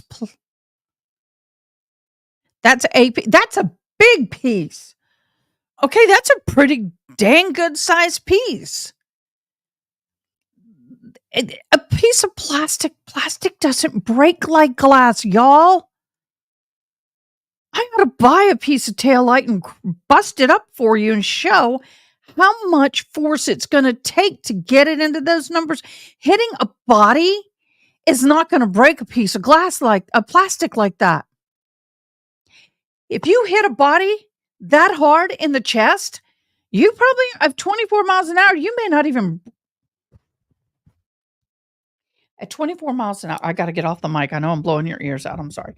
At 24, I get excited. At 24 miles an hour, you are not going to have that kind of breakage on flesh. The tail light is too high, y'all. Too damn high. That doesn't make sense. They said they found some scratches on her on her bumper, and they said they found a piece of glass stuck in the bumper. I looked up the cost of Alexa's tail light, and it keeps coming up on my screen as $360. I got 2 of them. What do you mean you got 2 of them? Did you buy it for an experiment?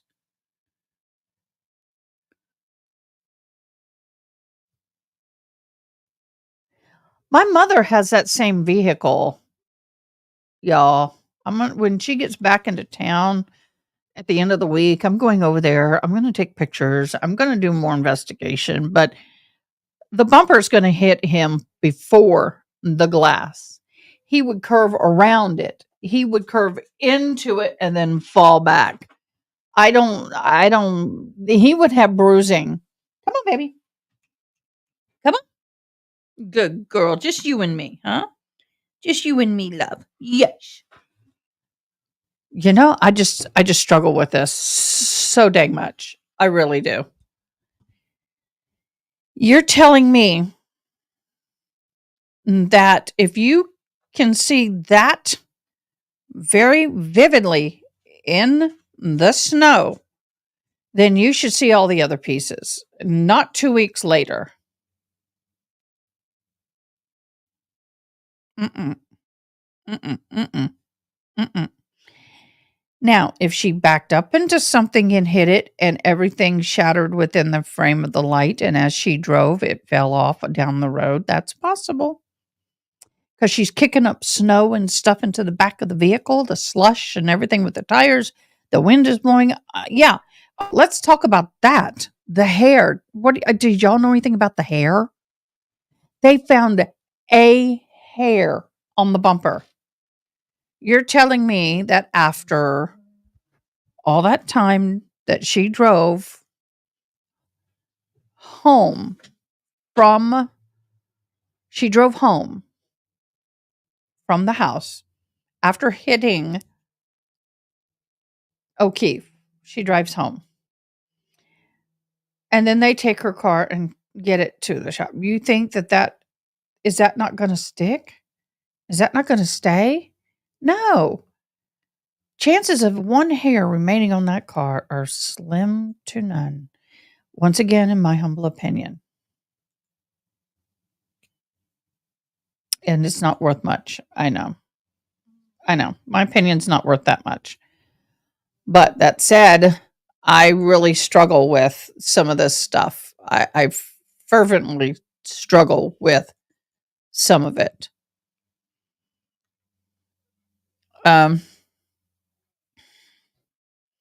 One of the things that I cannot wait to see is definitely the defense on this. I think right now the prosecution could rest, and I'd be happy. Where I live, where we get 6 to 8 feet of snow drifts, that looks like someone dropped it, and I think the warmth of the tailpipe light would have melted the snow. I like what RA said. Yes, but it's not so much just the warmth of the taillight, but the color. The color glass heats up much faster than clear. Yep. Just saying. I think it's going to be extremely interesting. Extremely interesting when the defense starts getting the FBI people up there.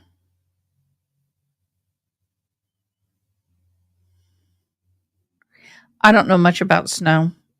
but I do know it's white.